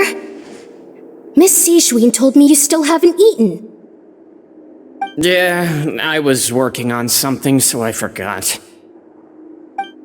That's no excuse for... Huh? What's you two? Lurvine, we're back! Hello there. It's been quite the mess here recently. How have you been? And you? Are you still taking the secret passageway from the infirmary to work on the ship? Yep. That is still top secret, though. So don't say a word to anyone. It can be a bit annoying when there are lots of people in the infirmary, but I still prefer taking that route over the one from the Duke's office. I mean, the infirmary does make it easier for you to slack off. Oh yeah? Then why are you also here so much? You two really are just using your jobs as a cover for your relationship, aren't you? Not at all!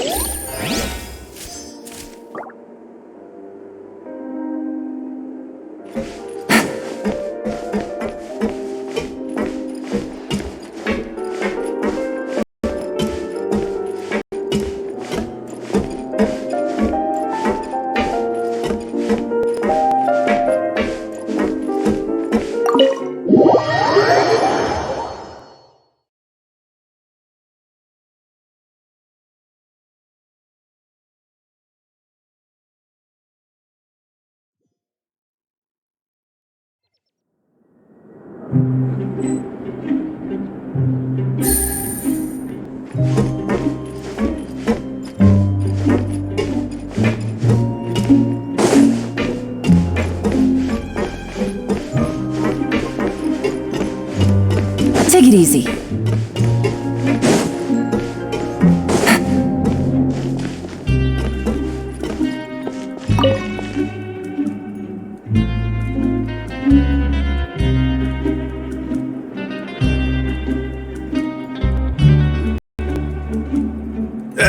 You guys are back?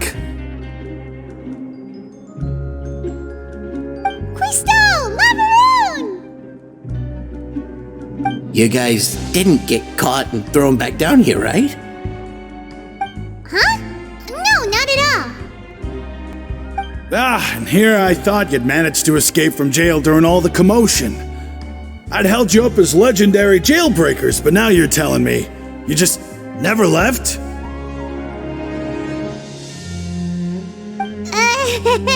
We're sorry, but we just had some business to take care of. All right. There's no need to get caught up in the details. We're just relieved to see you. He was super worried about you, you know. Hey, it wasn't just me. Weren't you super worried as well? Something like that, yeah. I was also transferred to work in the kitchen a few days ago.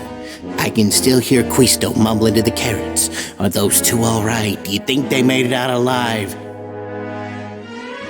Whenever he'd say that, I'd tell him I'm sure they're fine. Wherever they are, they're kicking back with drinks in hand, enjoying the lovely scenery. Hey, there's nothing wrong with worrying about your prison pals, is there? I mean, considering how they always love listening to all my gossip. These two, they sure are a lot warmer and friendlier than when Paimon first met them.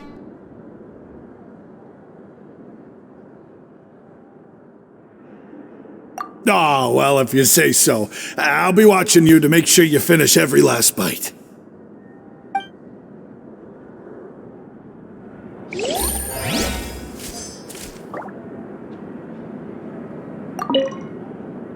Hey, why don't we have a meal with those two one of these days? You want to cook for them yourself? Why not? Good chance to show them what I can do.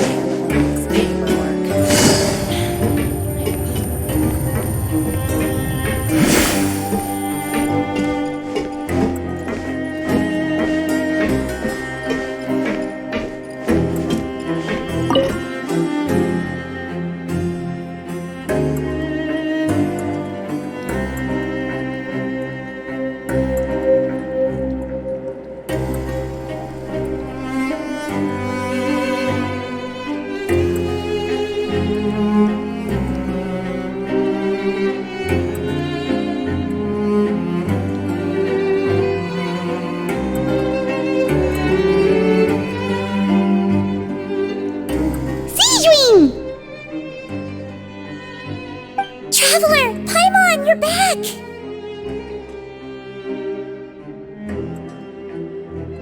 Are you still doing alright? Did either of you get hurt? We're fine, but what about you guys? It was such a huge mess. How bad was it?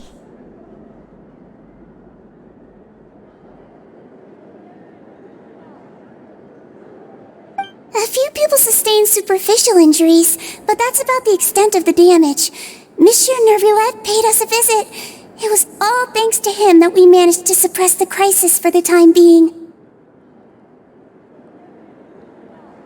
Of course, we must also thank you for the help you provided. How did Nervillette know that he was needed here? Well, Monsieur Nervillette has strong resonance with the hydro element. When the water level rises, he can feel the waves produced. I ran into the bombshell bros while bandaging the injuries of the wounded. They were mumbling the whole time about how you just ran down without a word. I'm so relieved to see that you're both alright. If you're not too pressed for time, please stay with us a few more days. Just let me know if you get a craving for any particular dish, so I can have Mr. Walsey get your meals prepared. Oh, and please feel free to visit the infirmary for a break at any time.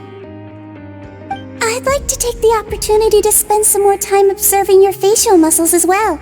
Your happy smiles are quite contagious, you know. They're so memorable, and I've missed them immensely while you were gone.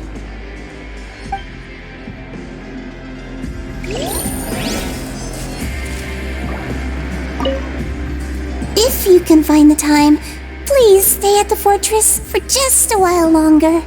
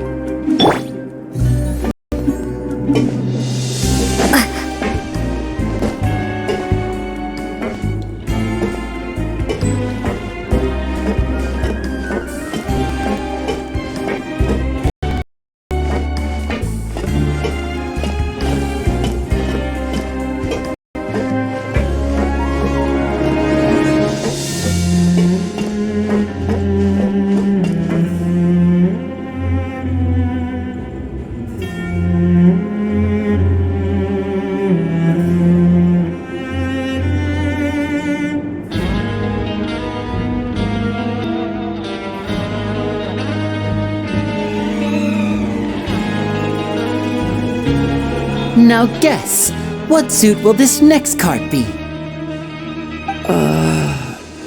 A bare-teethed cat?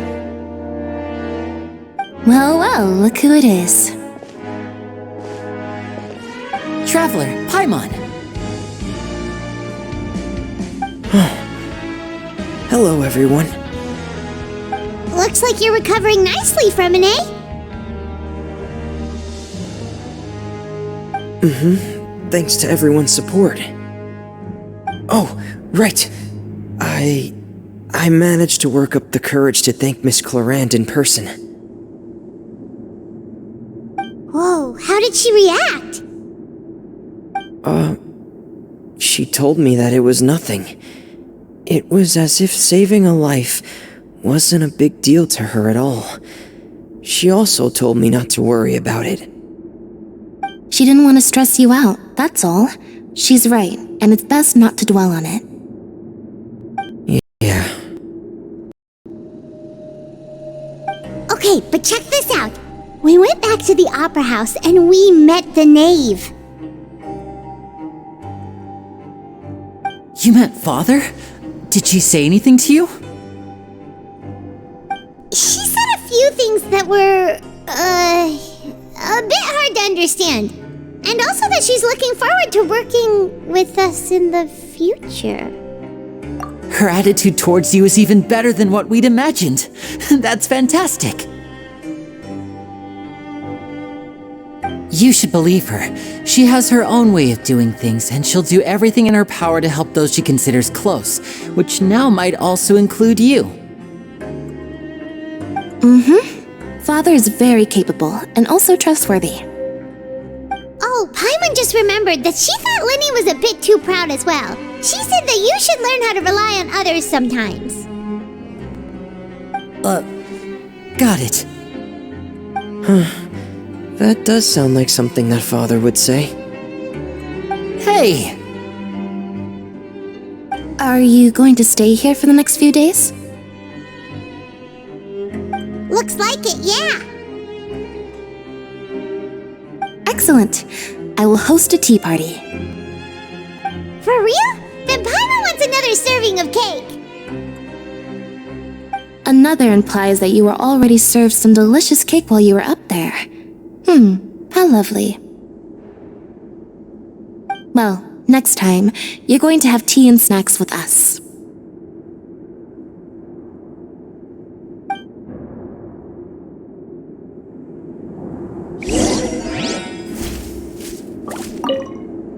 We should start preparing that tea party. Oh, that's a great idea. I'm all for it. I'll help you set it up.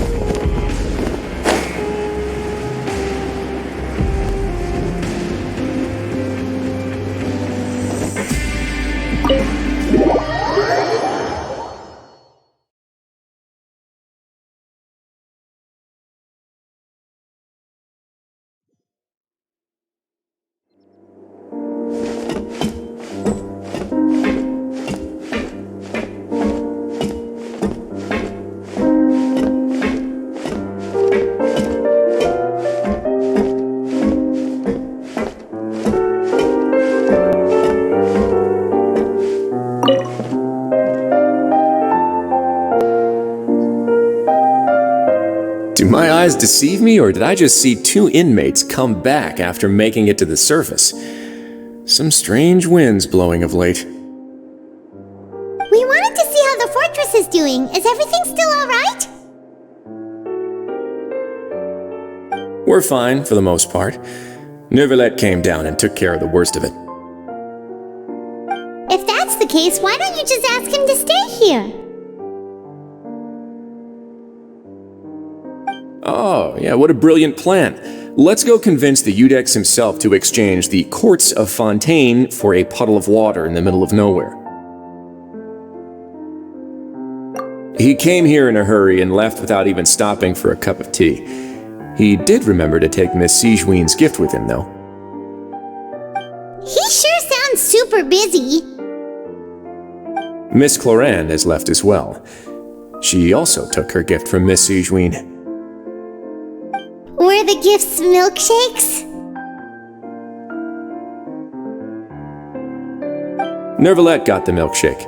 Clorinde received lipstick instead. Those aren't even remotely alike. Well, it's Neuvillette's own fault for making Sigewinne worried about his health by working so much. But besides that, our head nurse is still pretty fond of picking out beauty products for the ladies. Oh, and I have some gifts here for you as well. Are these from Sigewinne too? Nope, they're from yours truly. You've already wrapped up your work at the fortress, so you can return to the surface at any time. You haven't yet served your full prison term, however, so you may continue to use your cell until your term is up.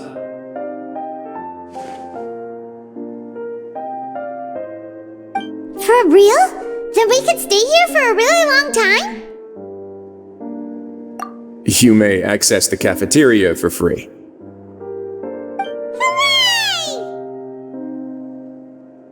Just remember to come complete your paperwork once it's time for your release.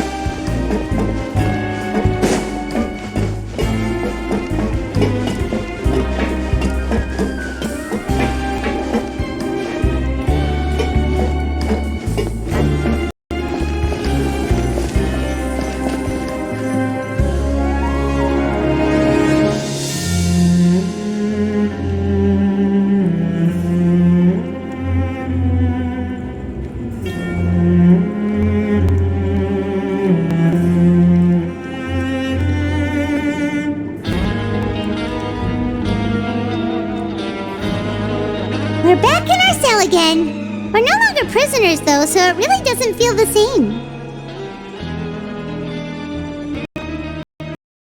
Sure feels that way. But the truth is, we never did anything to begin with, so I'm not so much pressure on ourselves.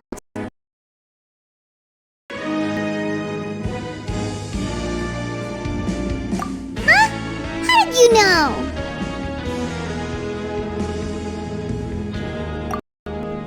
That's not true! Alright. Okay, Paimon just wanted to say that we really are an amazing duo after all. It's like, We've now gone to so many places together and become friends with so many people. We've never stopped traveling or stopped meeting new friends. There are so many bad things in the world, and we're just two people, but we've still been solving problems no matter where we go. Isn't that pretty cool? You're counting Paimon today? Aren't you the only adventurer here? Then let's ask Catherine to give Paimon an adventurer handbook as well. Paimon will also be an adventurer from today forward. Just our thoughts making Paimon giddy. Paimon's gonna crash, so you sleep soon too. The last time we fell asleep here, we woke up to a whole mess outside our cell. The primordial seawater nearly rose up. That was so scary. We should be safe now, right? Alright then, good night to you, traveler.